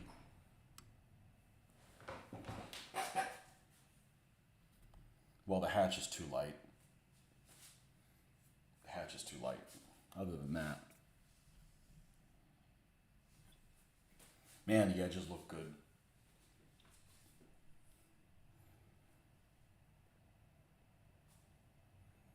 Okay. I don't think we need this anymore.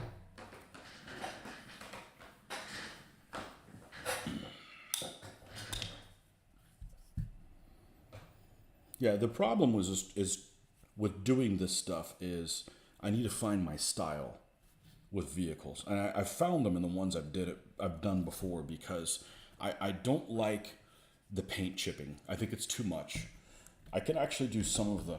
It's just they need to look like wargaming miniatures, for me to be happy with them, and.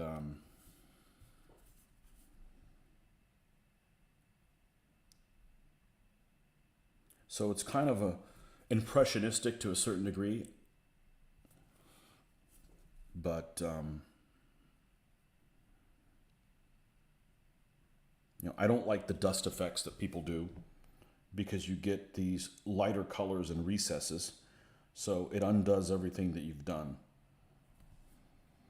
They don't work for me. They look realistic. They look more realistic than a real vehicle, but they also don't match the figures.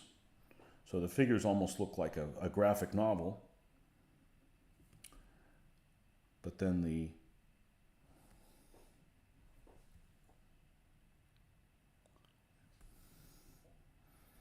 the vehicles look more realistic than a real vehicle.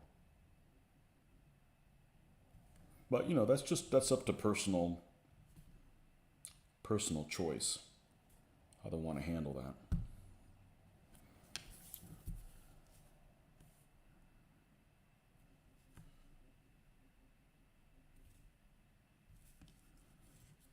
Okay, let's fix up that tire, that wheel a little bit.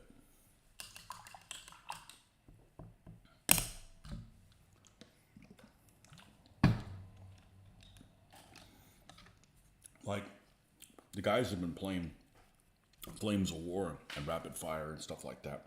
And I've done those kind of games. That doesn't scratch my itch of, you don't get a good narrative with stuff like that.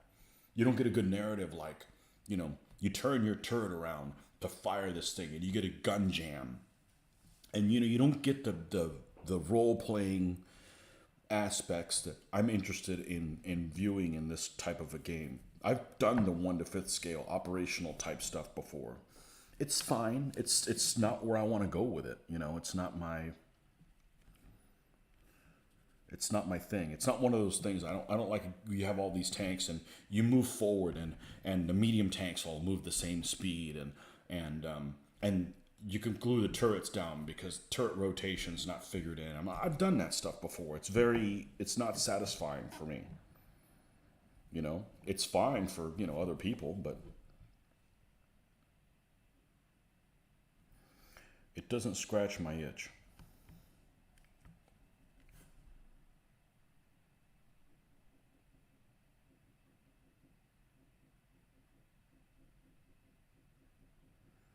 Look, I'm always fascinated by these people that are these super artists that do like Warhammer stuff, and they put so much effort in every figure, and then the game is like super basic. Like, okay, three or less to hit, three or less to save. And that's it. Your figure's dead. You just take it off the field. I'm like, dude, you just spent like 40 hours painting one figure, and he's on and off that easy. Like, I, I, I don't know. You know, it's not geared for me for sure. But that's okay. If that's what you enjoy doing, you know,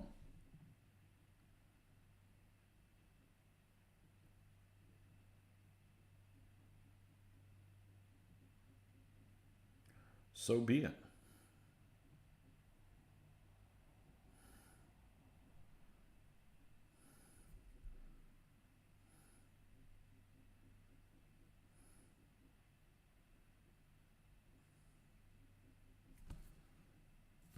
Excellent.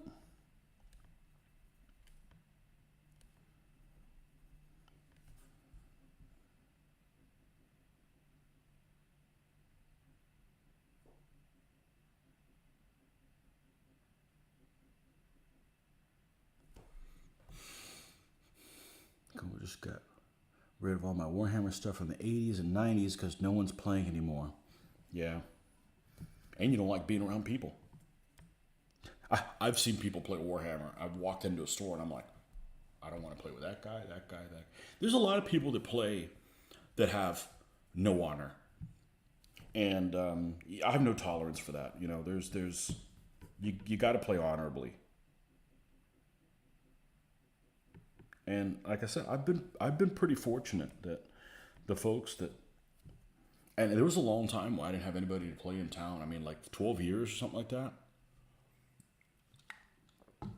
I could probably deal with it now because I've got some interaction here. Okay, Hugh, I didn't know you were here. In that case, welcome and goodbye. I have no way of seeing who's online if you guys don't speak up, and it's okay if you guys want to lurk. But I appreciate you coming by and enjoy your time with the family for sure. For sure, for sure.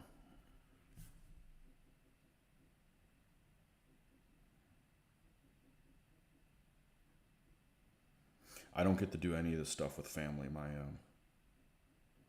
family's not into this. Even my dad. My dad was, well, he gave me the love for history, but he was never a war gamer.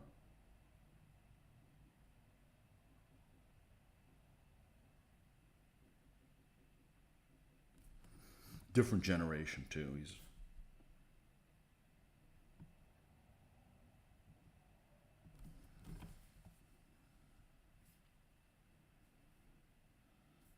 all right. What are we going to do about this hatch? Is it a little too bright? I think I know how to fix it.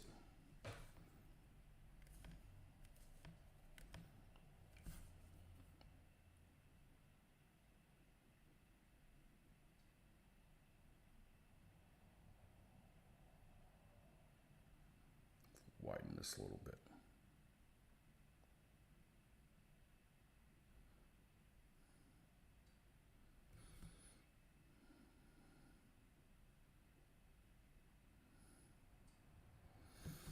But you know, I don't have this hatch. I lost it. I either have to invent one or just not use this vehicle. I'd rather not use not. I'd rather not use this vehicle. There we go. Mr. Ben, welcome. Ever since watching those Pyrrhic War, Little Wars videos, I've been really into 6mm. I was really disappointed with them. I thought that is a period that is very interesting to me, and I I didn't really care for how they handled that. I don't know. I don't want to poo-poo their stuff. They do great. They get a lot of people that are interested in their videos and stuff like subject matter. I guess I was just expecting it to be better.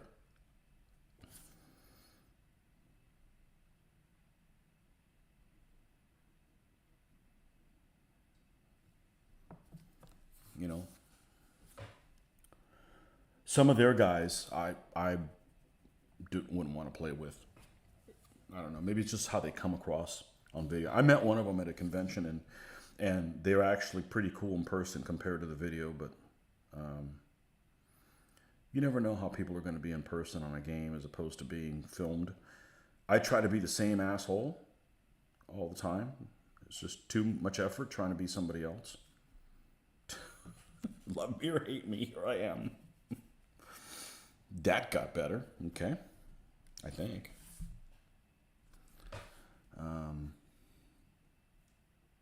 Used to live in Detroit, but moved to northern Michigan. A tip of the thumb. That's why finding people to play with is hard.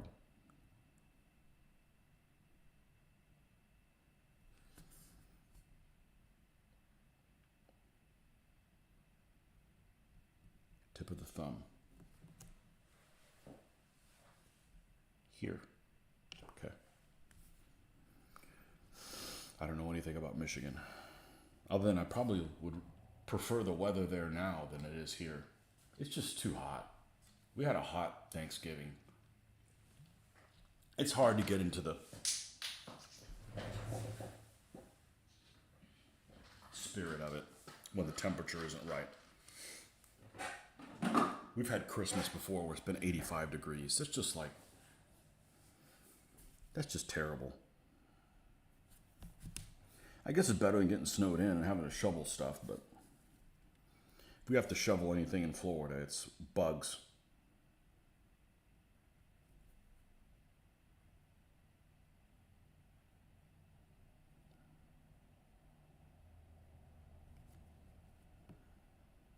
All right, let's put this on it and see if we've improved the look of this little guy. And then we can go to another one. Oh, it slid on there. Let's zoom out. We can get rid of this picture now. Is it this one? No. Is it this one? There we go. Oh, we don't need that thing. That's from the Comnenian Byzantine days. Bye-bye.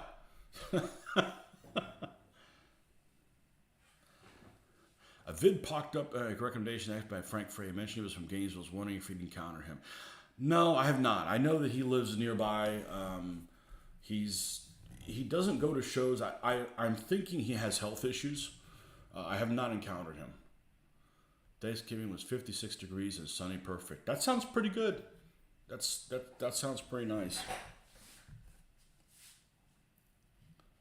Yeah. Okay. I need to go to the little restroom. I need to go to the restroom. I'll be right back.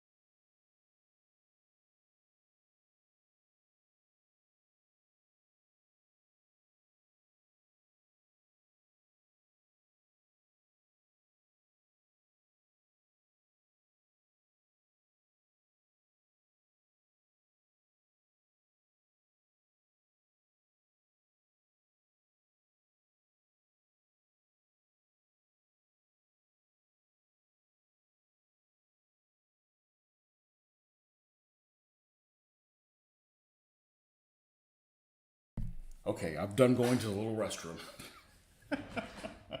No, I know that he lives somewhere in town, and he has posted on our biannual.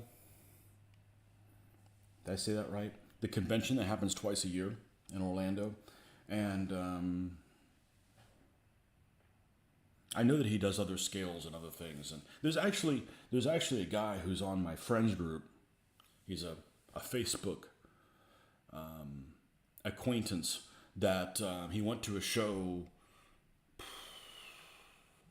maybe 12 years ago, something like that, and played DBA and showed an experience in it.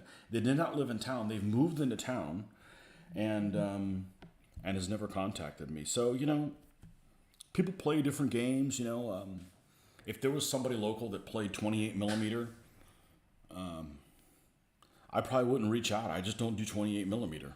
You know, I don't know if they're any fun to play games with, but I'm sure they probably know of each other, and we're just, you know, people are free to play other things. I have limited amount of time. I think they're retired. I'm not, so I've got to be real careful with how I use my time because there's not a ton of it, and you know, I do have other people in my family that need some attention. So, I got enough on my plate. Let's put it that way. But yes, I know of them, but I don't think that I've ever met them. But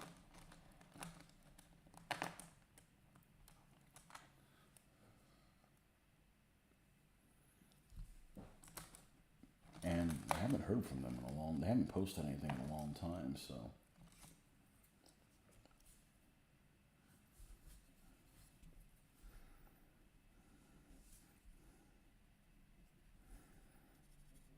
Ooh, did the black finally die? I don't need a whole lot of it.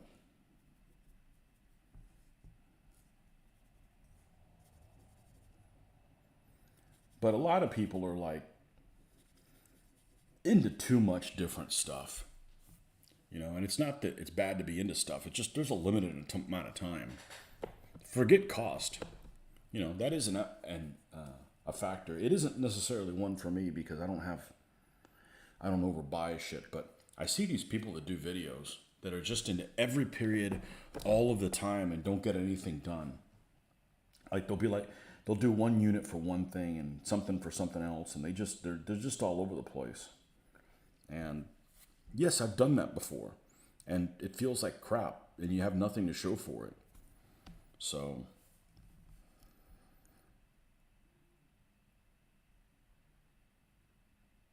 I didn't think that 2 years ago I'd get back into doing this World War II stuff, but man, I'm digging this shit big time. What I'm disappointed about is a lot of this stuff that I have is you hadn't touched this stuff in 20 years, and all these companies are out of business. You know, Detroit has huge tabletop wargaming conventions of all kinds.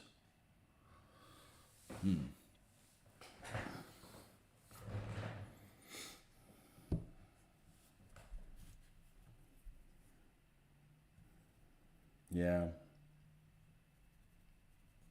there's a lot of people are into too many different things, and that you know you don't.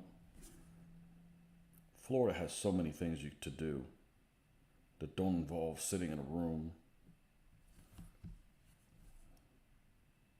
and like one thing I've given up on trying to put games on at local shows, you know.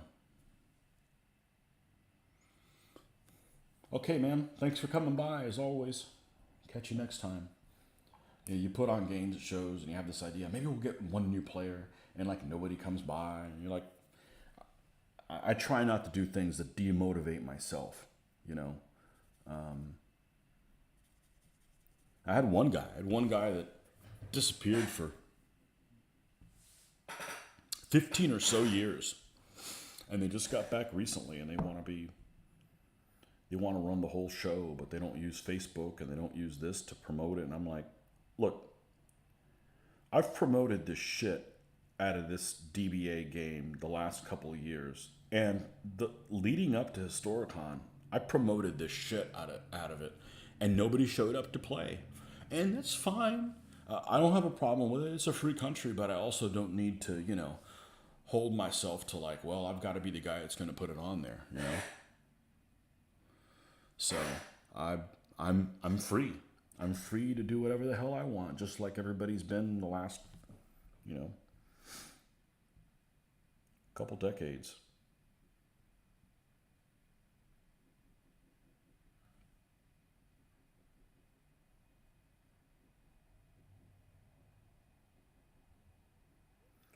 Like somebody suggested, hey, you should do a how to play DBA thing at one of the shows. I did in 2009. It took one show for me to learn my lesson. One guy showed up. He didn't want to play. He dropped off his 13 or 14-year-old kid, and I had to babysit him. And, you know, the kid didn't want to be there. And I just wanted to get more people interested in my games. That didn't work. And, you know, it's a convention where it's not like if you put on a certain number of games, you get in for free. There was no benefit to it. So I learned my lesson. I never did it again. You know?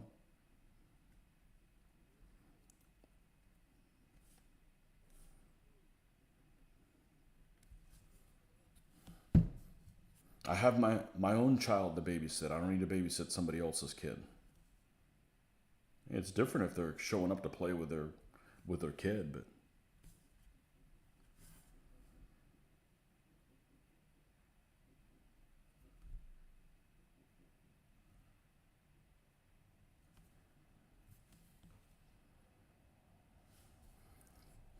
because the easiest thing is if you want examples of how to play a game or whatever, we'll shoot videos and you guys can look at the videos at your own leisure.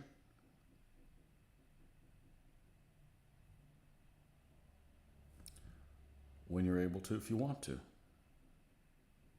And if you don't, that's cool too. You know, just enjoy doing the videos.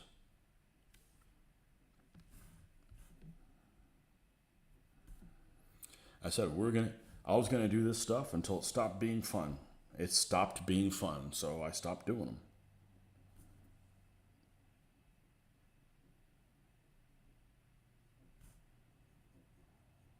For that rule set, anyways.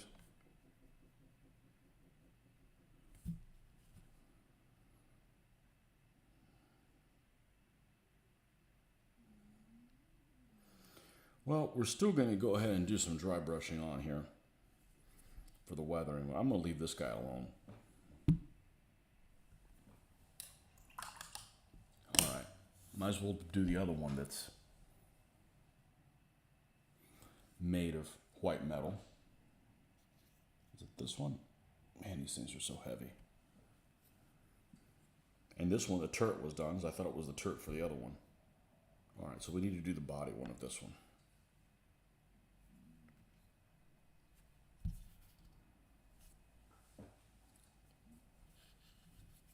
Might as well paint the.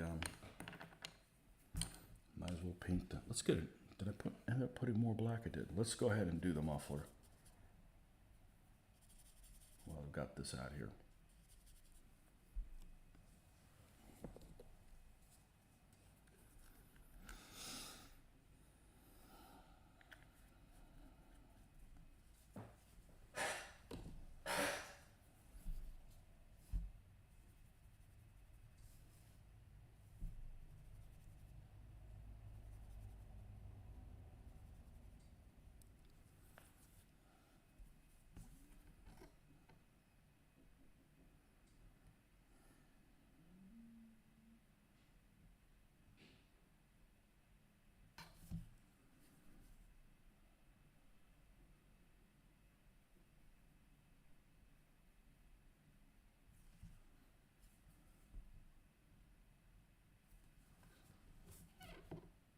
Oh, it can't be done. I still have a shovel to do. And this little block, right? All of these have a little block that the jack goes on. Oh, this one does not.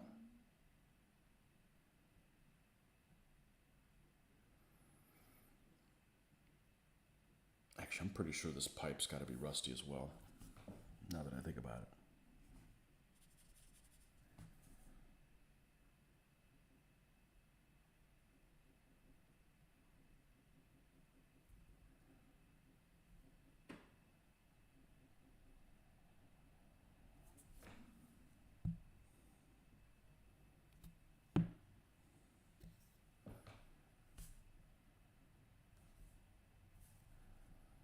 Does this one have a block? It does. It's the blocks there. It's like the block that the jack fits on. It's wooden colored, so we'll need to do that one. Kind of a shame that they molded the antenna on there.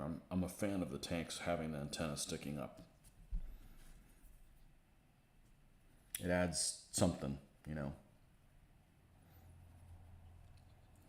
It's easy to tell which tanks have the radios. They have the perky antennas.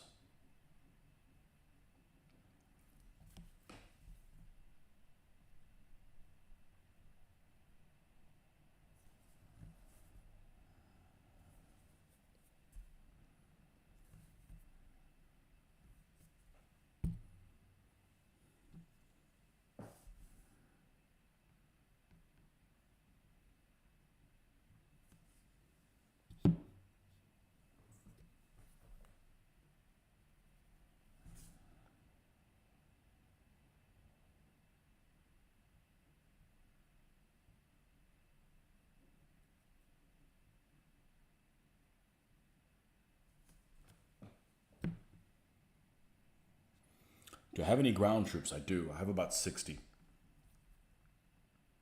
Well, I don't have as many vehicles. And I think they're painted really well. I just need to... Is this an old one? Yeah, here's an old one. It's basing from like the 90s.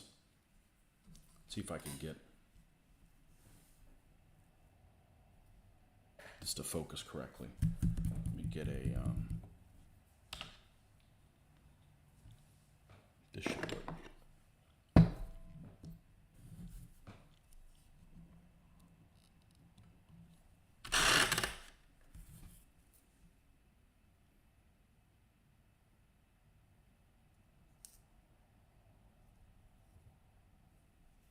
Yeah, it's not going to do it justice. The lighting is so... Let's see, maybe if I put it farther away.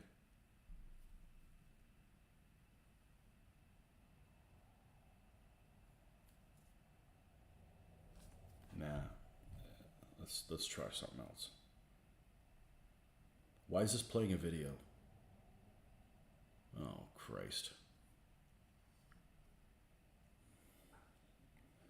Take that off, take that off, take that off, take that off, take that off.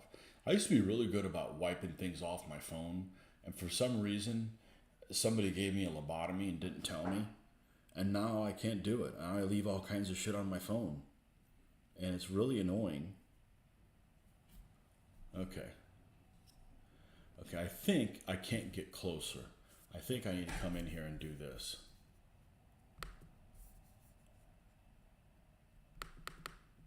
I'm a painter, not a technology person. Okay.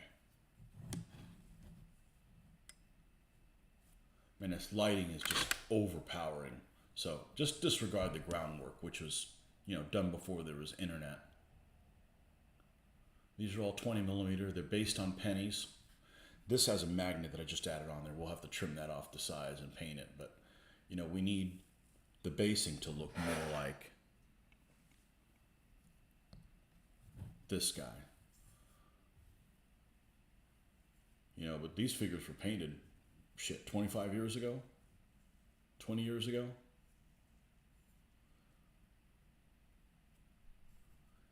And it's kind of a role-playing type game. Everybody has a surname on them. This is Davis. Got a German guy here. I've done his basing. I just haven't repainted it.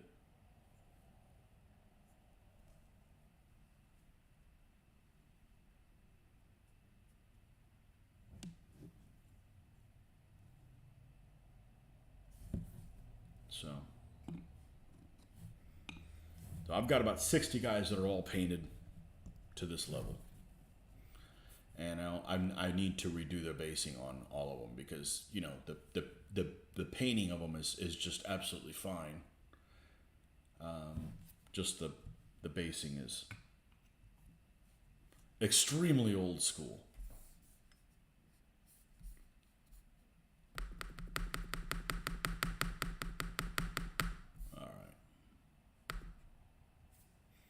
My natural reaction to want to put the figure closer, but it doesn't help any. It just creates blur issues.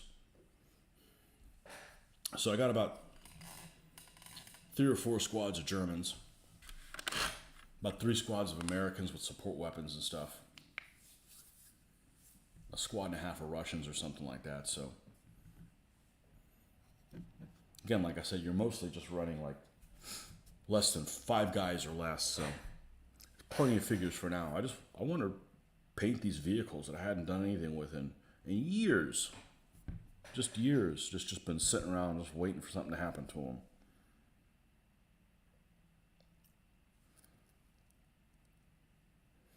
Let's go ahead and do the wooden portion on that. What do I have to use? That beige brown? Beige brown works pretty well. But the meat and potatoes of the rules is you don't know when it's going to be your turn to activate. It's random activation. You got some things you can maximize your opportunities, but pretty much every figure's actions. You have any bolt action troops? You mean from like Bolt Action, the game? Now, I've never played Bolt Action. I haven't played World War II in over 20 years, so. And I don't do 28. I have no love for that scale. I didn't grow up playing it, so all of my stuff, all my World War II stuff is 20s. Just like all these vehicles. But the meat and potatoes is the activation. So you got a big bag. Everybody has two chits, because they can get 2 activations turn. You throw them all in a bag, you pull the chit out, and you know they activate and they don't go back in the bag. You know, and that's pretty much the meat and potatoes of how all that works. And it creates a really interesting narrative.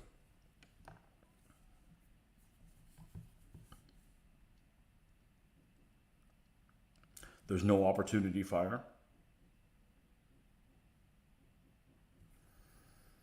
So you don't have to back everybody back, let me get a shot at them kind of thing. No, the miniatures are not dry brushed. No, not at all. There's no dry brushing on them at all, actually. It's too difficult to control. I was really big into dry brushing and washing in the late 80s, early 90s. I just find that you can't, it doesn't give, what are you doing here? It doesn't give me the look that I'm happy with. So I don't do it that way. I've seen other people do dry brushing stuff that looks pretty good, but I generally don't dry brush at all. Only these tanks that I've been doing. The problem with dry... Oh, that's not supposed to happen. Oh, this must be the old one. Oh, we just need a little bit of white. The problem with dry brushing, I didn't realize, is that you really go through a lot of brushes dry brushing. I mean, you destroy brushes, which, you know, is, I guess, okay because I'm not using expensive brushes, but you have a finite amount of use on those brushes. They get consumed. Might as well do the headlights too.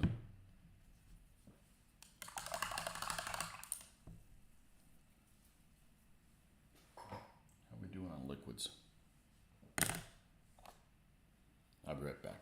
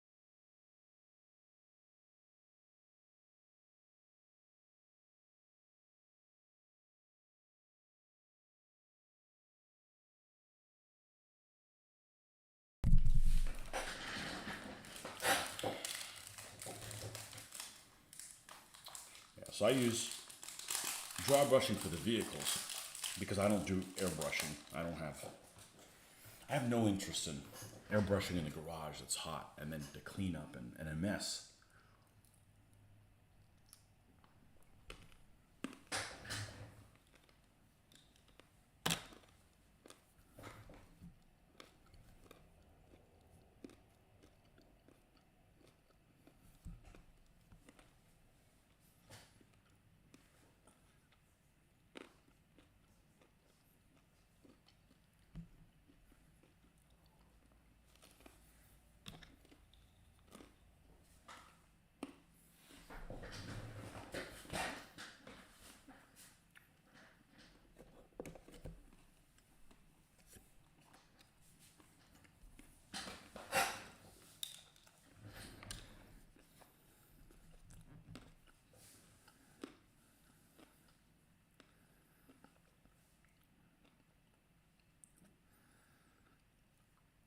One of them's going to be 503. The other one's going to be 412.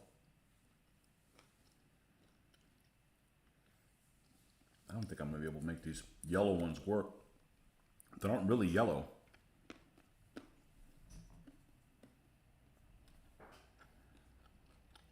Like red.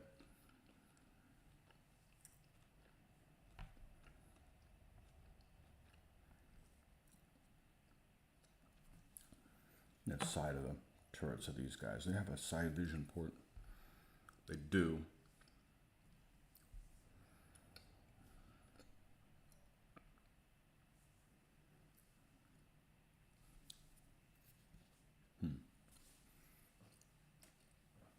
All right. Headlights.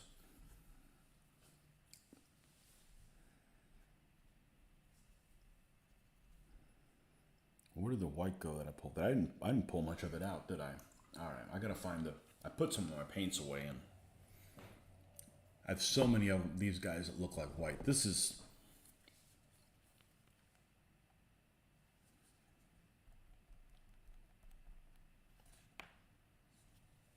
Oh, I'm not gonna throw this away. There's enough of this.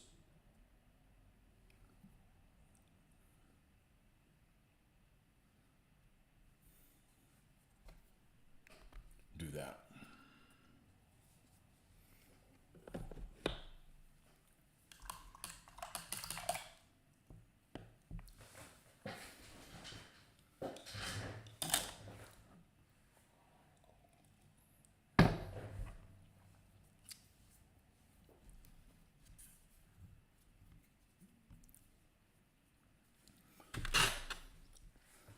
All right.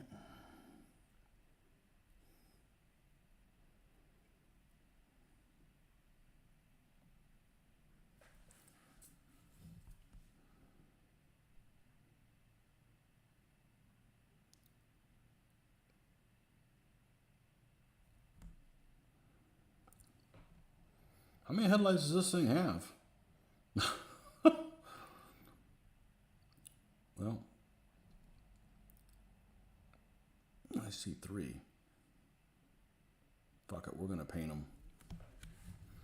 This may have been built wrong for all I know. It was built a long time ago, so. Back before the internet. Yeah, the internet is good because you're like, I don't have a picture of this. Well, go find one.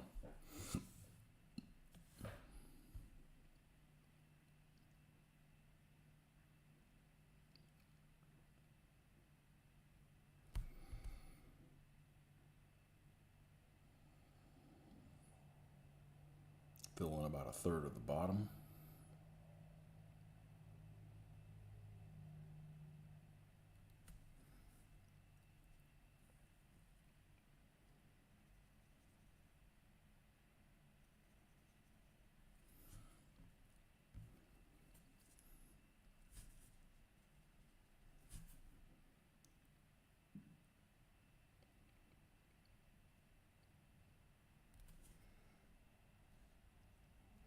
You know, that's a good thing about YouTube is you can have this idea of like, I want to know how to paint Shermans. I'll use Shermans for instance.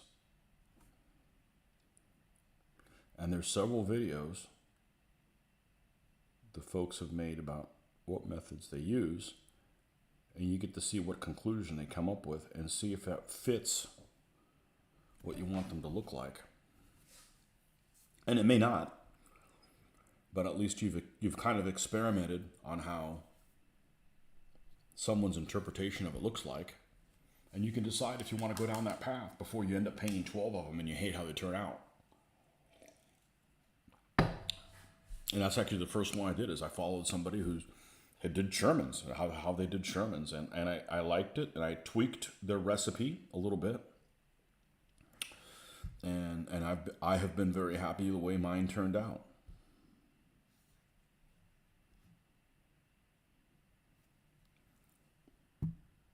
I gotta lay this thing down. This is extremely, man, it's extremely top heavy.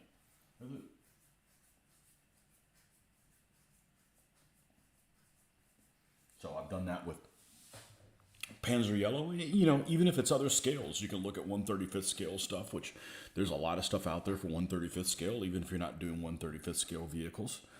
there's still things to take away from that.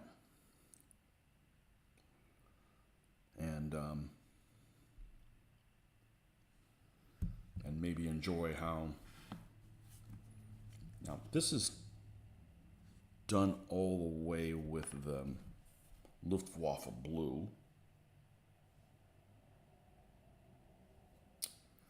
I think this one's done the same way. So let's go ahead and get back to this stage with this. I've got the bases on these guys almost ready to go. So just need to put decals on them. I may wait until the other decals come in so I can decal all 4 of these.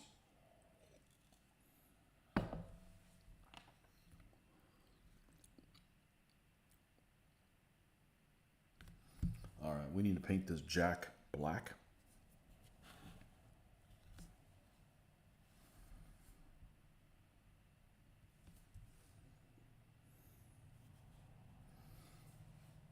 And this one does have a little wooden box. Cool. I feel like I forgot to do that in another one of my vehicles. I'll have to repaint it when I come around to it. It's not a big deal, especially if you're painting something in an area that's not going to be handled. You don't even have to seal it.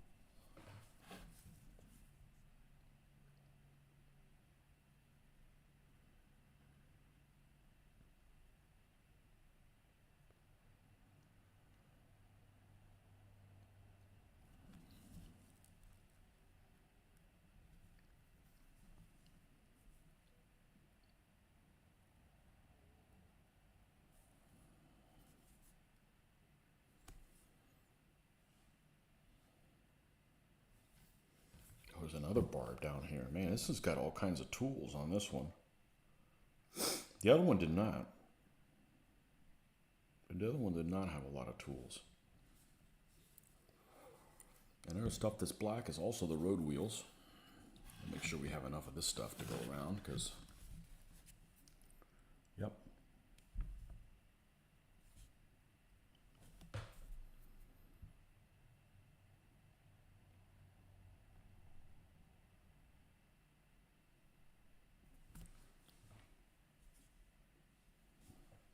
Even though most of this is going to end up getting covered with a dry brush, but, and that's why I don't try to use like dark gray or something for this rubber. I just use black because it'll end up getting dry brushed anyways with like a sand color, and it'll end up turning it to that gray. I do not want it to get turned into a really light gray.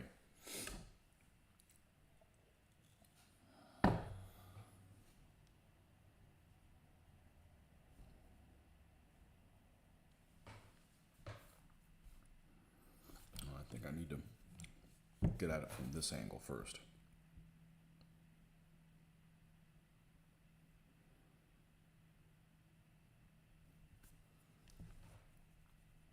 We need I think a little bit more of that.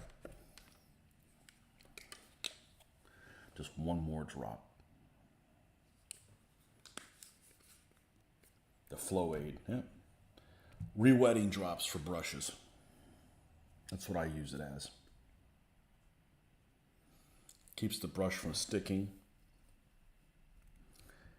And you can paint stuff like this smoothly.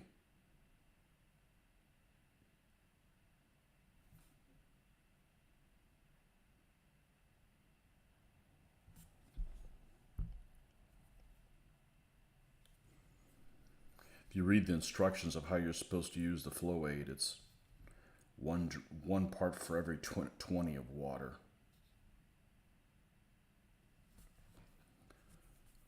That's not what I'm using it for. Ended up getting it for airbrushing. I did buy a cheap airbrush. I did not want to spend a lot of money on one and then realize it wasn't something I needed to get. It was like literally less than $100 for the airbrush and the compressor. And, you know, it's a POS, you know, but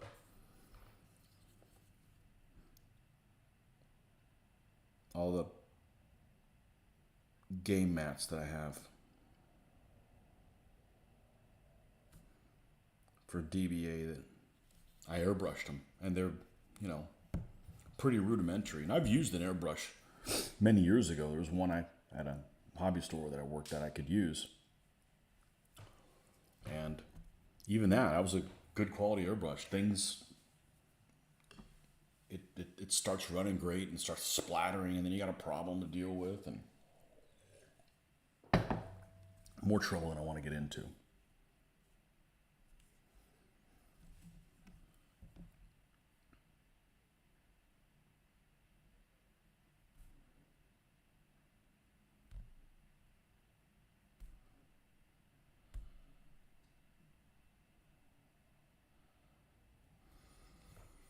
This is a trouble-free hobby as far as I'm concerned. As long as I've been doing this, I don't expect any problems that I can't deal with.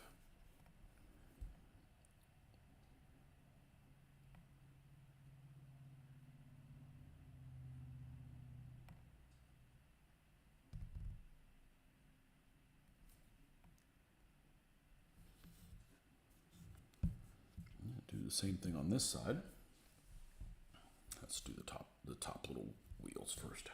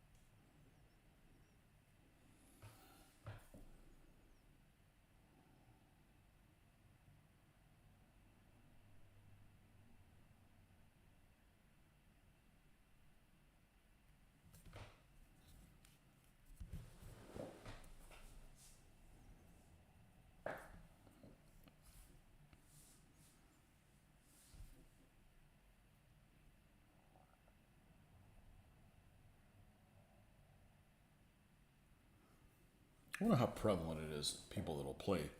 They'll do wargaming for like a conflict. But there's a certain side that maybe they won't play. I wonder how common that is. I don't think it's very common.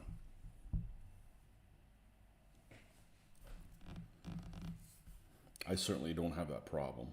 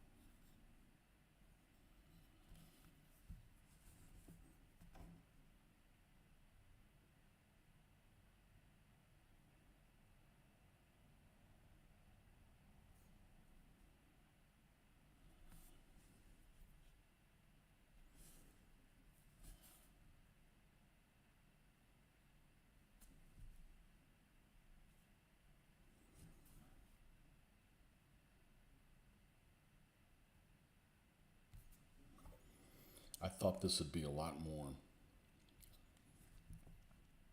finicky than it is.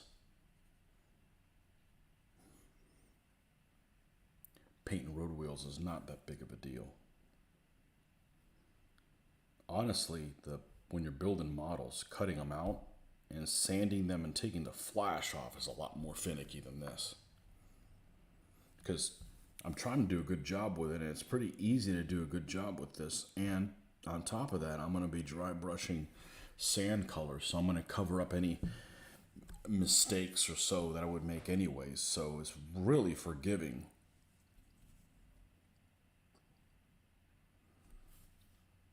All right, let's go ahead and do the track colors on here.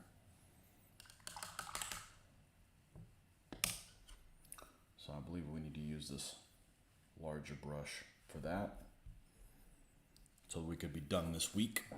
And we're going to need chocolate brown in a second, but we need to get that SS Camo, whatever the hell it's called.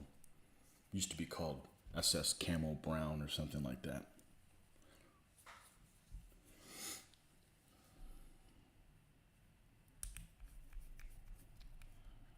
SS Camo Black actually is what it, something. I'm just going to use this straight.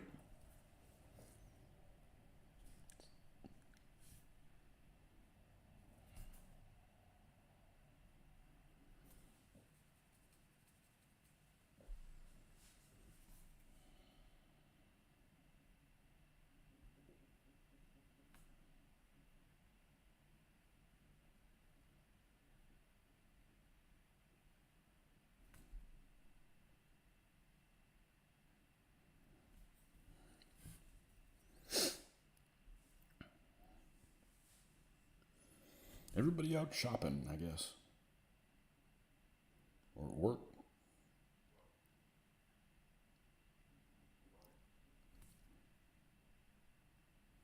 There haven't been any good deals in stores in years.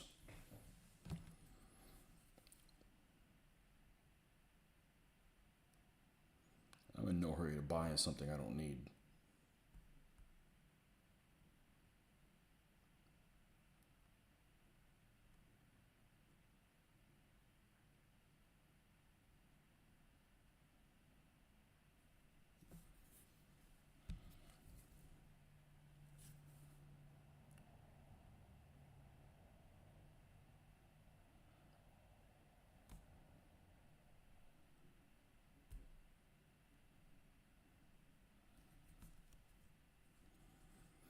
Let's go ahead and do this other side before we do the ends.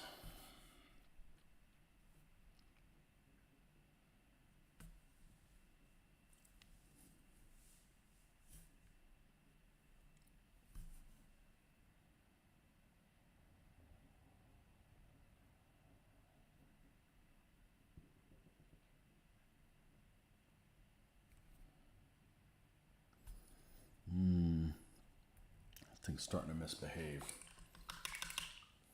Switch to a different brush. It's probably one of these that I used. Yeah, it's this one. Yep. I'm gonna try to save that cup for the brushes that are currently in use.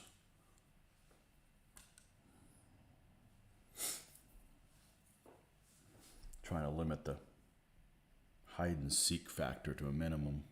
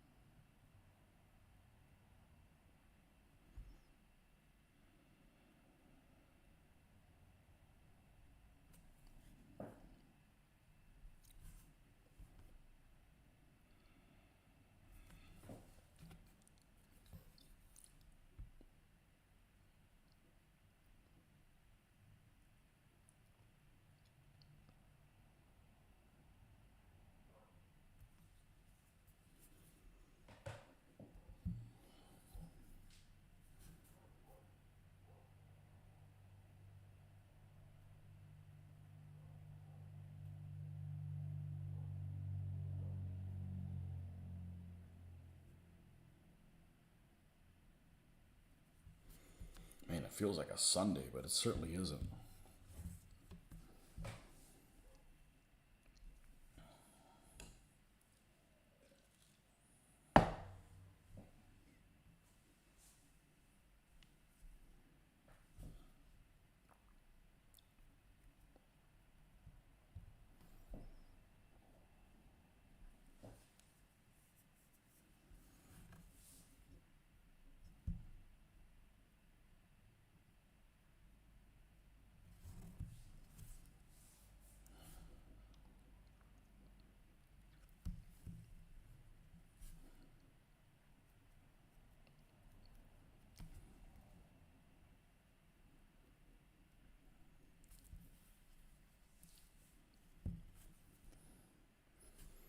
And I've been pretty happy with this mix.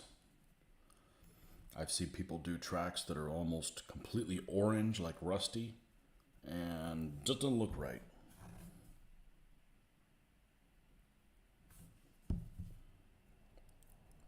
Doesn't look right to be that bright.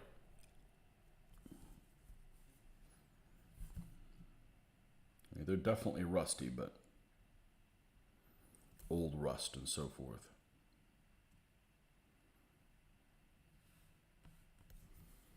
As these didn't have any rubber on them at all. These just metal on metal. Rubber's on the road wheels. So you noticed you couldn't sneak up on anybody driving around this thing, even if the engine was silent.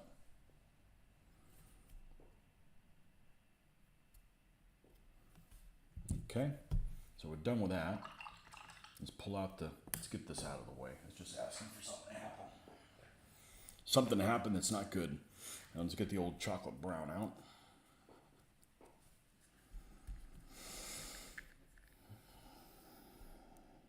Now we'll put some decals on it. The decal part is actually a lot of fun to do. Unless you get those decals that are too thick.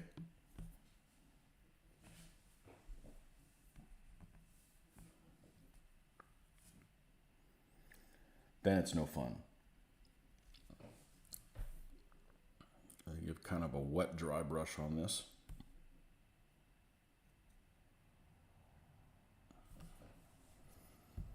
And of course, this will end up being dry brushed, and the colors that we'll bring up from the base. And I'm going to go ahead and paint the base as a base of the next two that these two vehicles are going to go on. We'll put them together on as pairs. Maybe we'll get them finished today. Maybe not in this paint session, but today.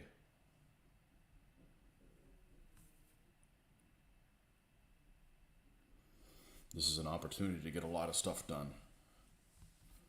I am itching to paint a couple of Russian vehicles, though.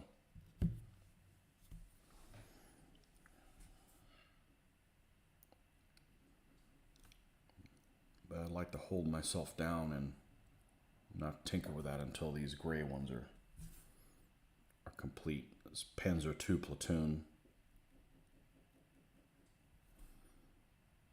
So actually looking at my skirmish scenarios, there's one scenario you actually need to play it correctly 6 Panzer IIs in it. And I only have 5, so 5's a lot. That's a lot of vehicles, but I've actually never played with vehicles in this rule set. I read the rules. I think I know how they'd operate, and I think they'd be pretty interesting. But it's all theory, not practice.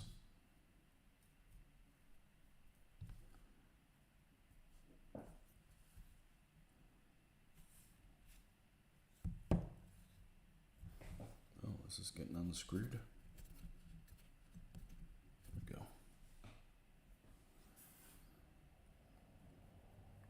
I had a ton of these corks that they didn't want at work. And I'm like, I'll put them to use. And they've been real handy for this purpose right here. No spare track on this guy. Okay. Okay, that part's done.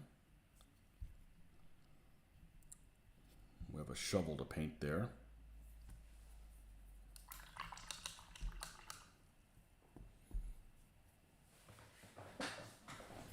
So I've skipped a step now.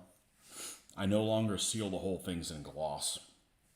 It's just too difficult to deal with that, and then the gloss crackling on me, which I had happen a couple times. So I just use the spot for the decals. I just use this the floor care in certain spots where I know the decals are going to go.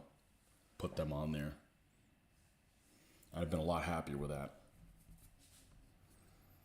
Didn't have to worry about all my handiwork being destroyed.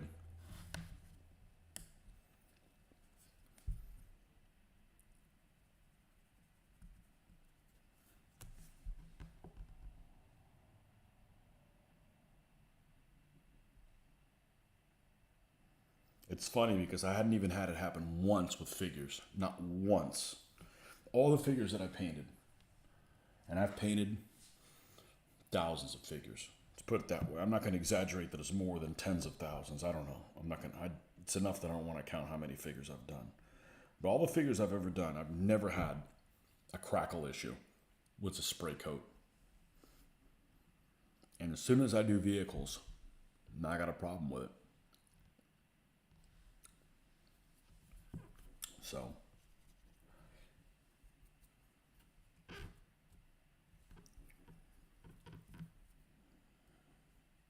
not every time, but it's happened.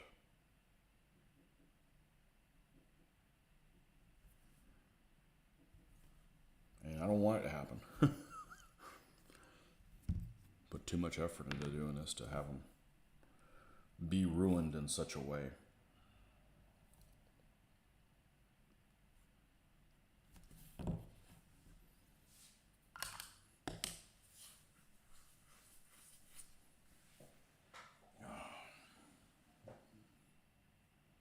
One person came back.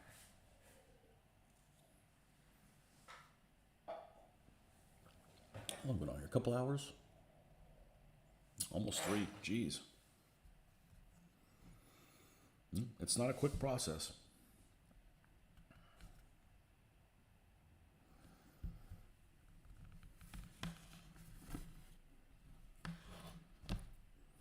Let's go back to this corner over here.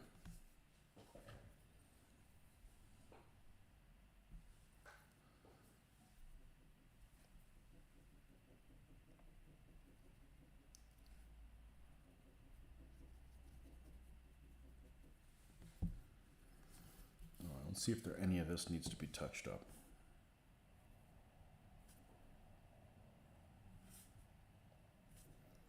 Well, what's this?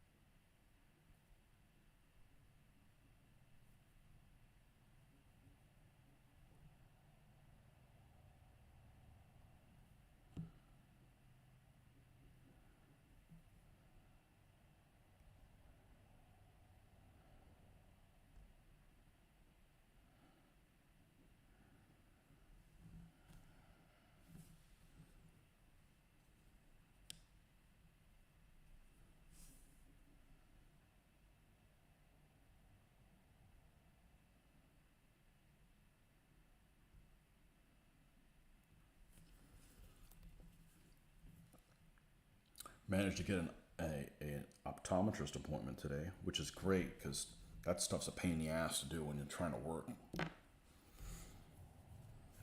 So any kind of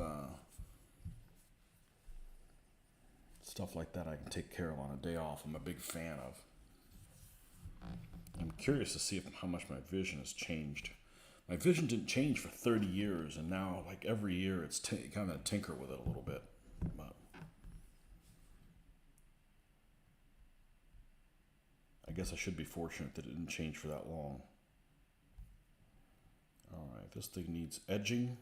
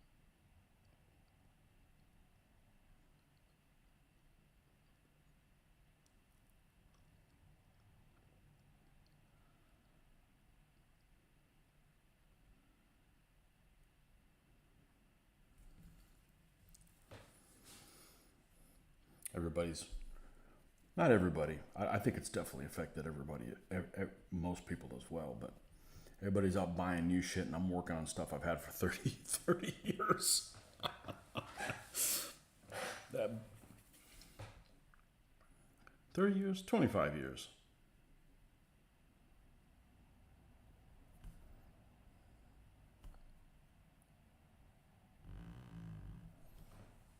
25 years.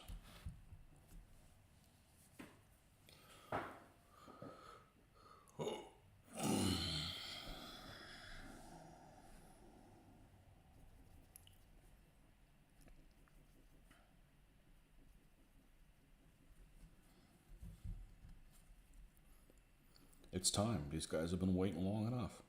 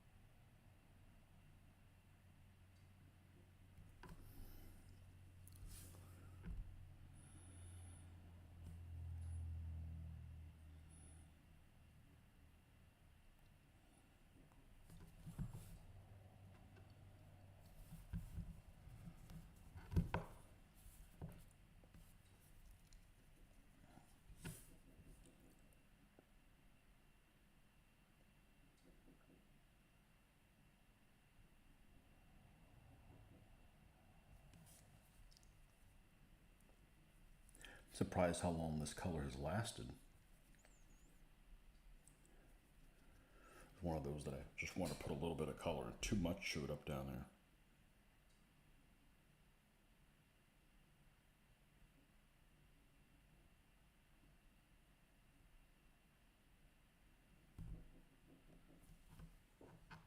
What is it that's shaking and making a sound?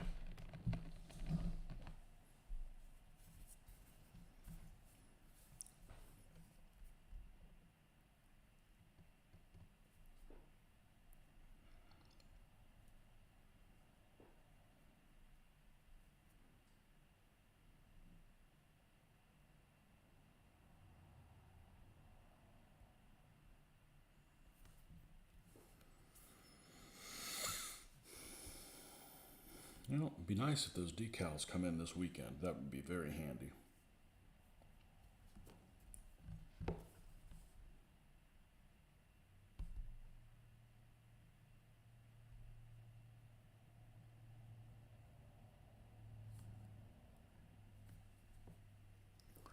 And hopefully that will be a solution from my not having the white numerals that I wanted.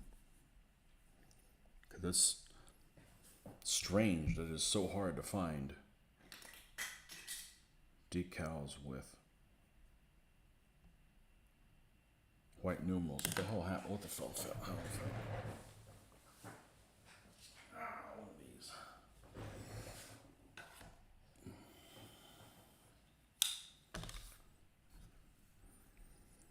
Hard to find decals. It's just white numerals, white German numerals, small. You know, you need them for Barbarossa and before.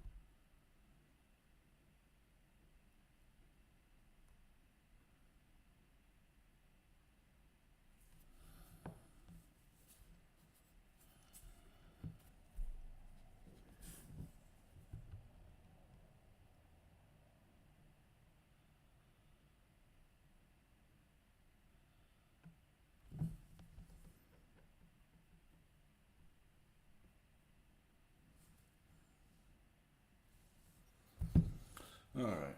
Well, I'm gonna call it a morning on this one. We've been on here just over 3 hours, so